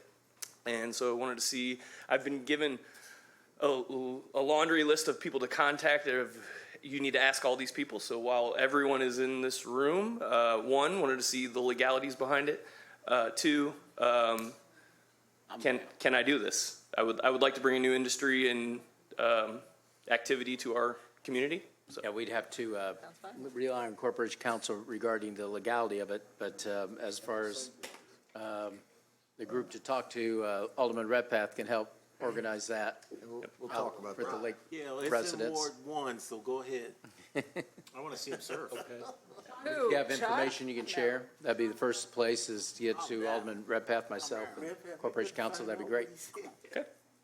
Cool. Nice That meeting sounds you. cool. Yeah, thank you. We have someone signed up to speak, Mike Strack. Oh, he's not here?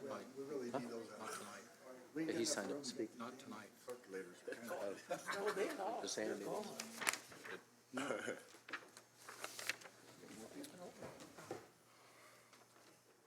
Good evening. My name is Michael Strack. I'm a two-tour overseas military veteran. I'm a 60% disabled veteran, and my constitutional rights have been violated.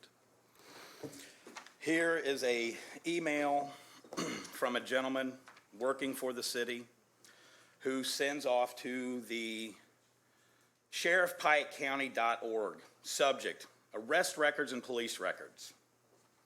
Miss Carr, I am in need of any records and arrest records that indicate for Michael Strack. I am aware of numerous reports of the city's department is working for me on. So he's already contacted Monticello as well. I know this is short notice, but we have a meeting Tuesday, late afternoon concerning this matter. Any help would be greatly appreciated. Thank you, Rex Range. He's your FOIA request officer. He's very versed in the law. He's been trained in it for 27 years, following it without exception, no problems ever. All of a sudden, him and his wife separate. I come into the picture, and now he feels like the law no longer applies to him. He decides that he's going to run my personal background. Then he's going to use it to slander me. And he does this for almost 4 years. I try to let the family work the situation out. So you get a report from an IG guy, and he says that, yeah, for 3 years he didn't do anything about it. Well, actually I did. I studied the law. I found out that the law says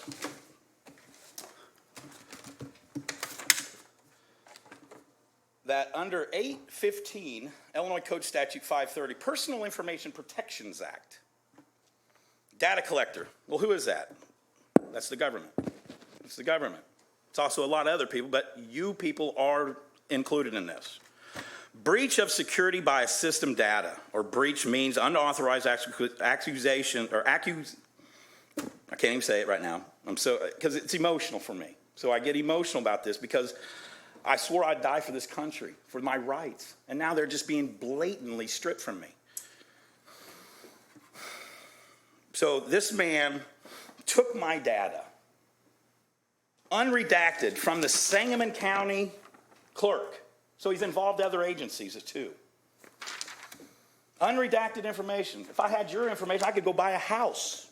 I could do anything I wanted to do to you if I had this information. And he throws it in public at his wife, or his ex-wife. She had the common sense to at least gather it up and give it to me.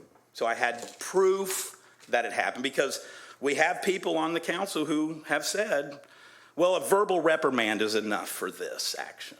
I know you've lost your house, Mr. Strack, because I stood up. I fought in court. Picture this. You go to court, and it's a status call. But the judge holds a trial that day. Wait a second. We hadn't even been in pre-discovery yet. We haven't even gone through discovery.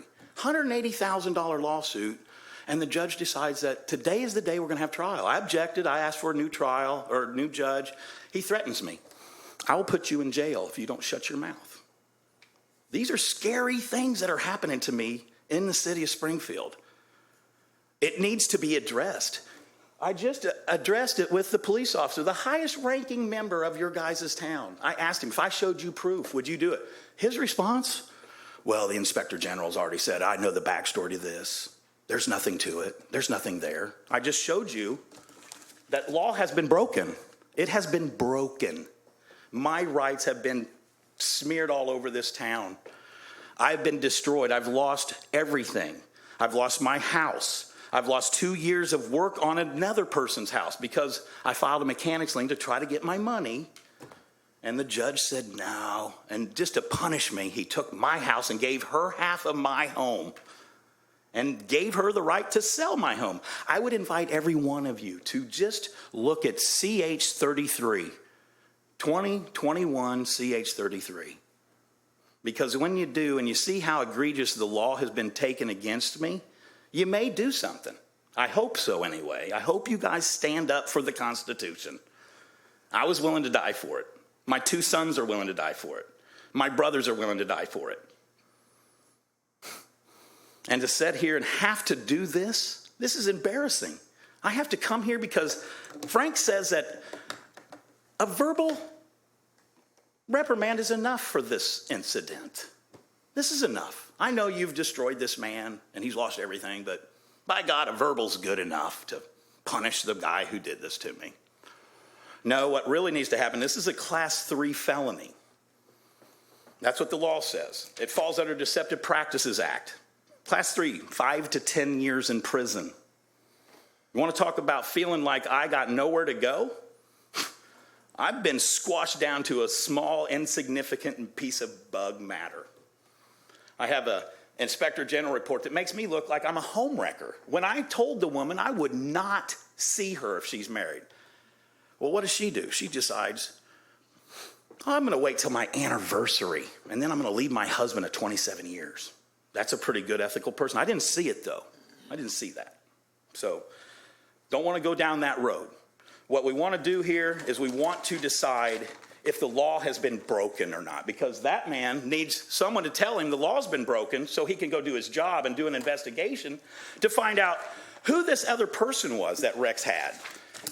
He was sitting there in an email, and he says, I have other people looking into this. So there's a conspiracy now. He's got the Sangamon County Sheriff's Department running my criminal access so he can find out which counties, because how many counties are in the state of Illinois? Okay. Well, somehow he found the 9 counties that I have traffic tickets in and, you know, maybe a lawsuit because I'm a construction guy. I had to file a lawsuit against somebody or something. So I've got criminal records, or what we would call criminal records.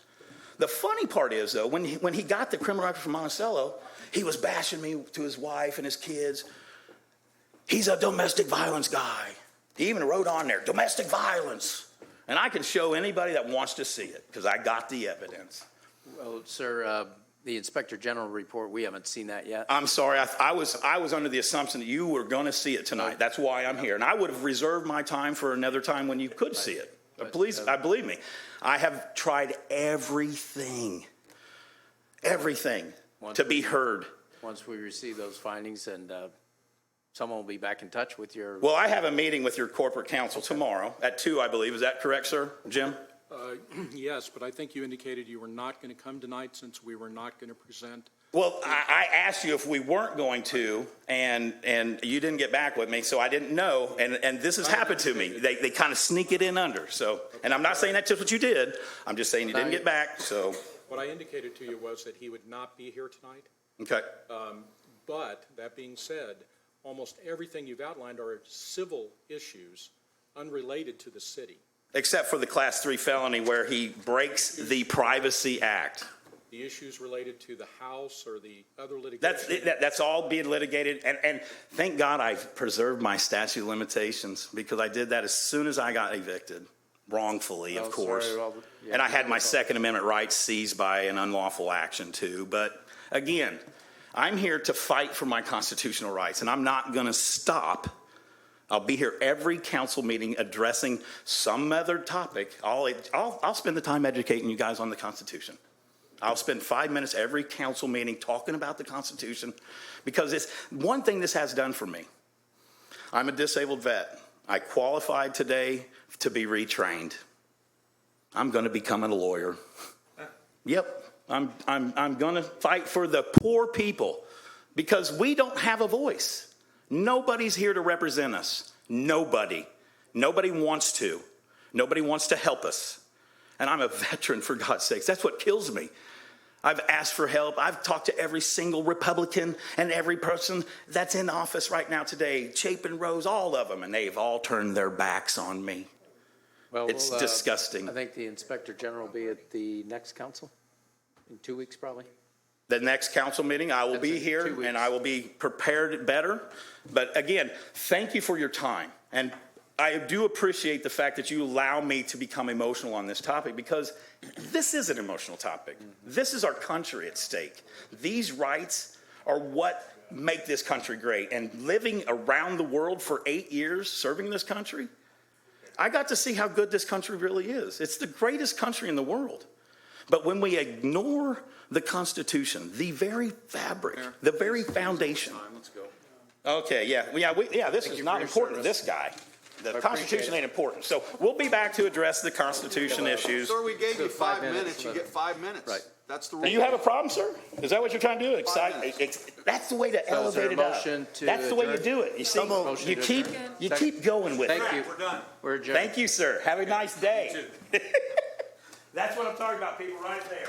That guy and that guy. I'll be back later on.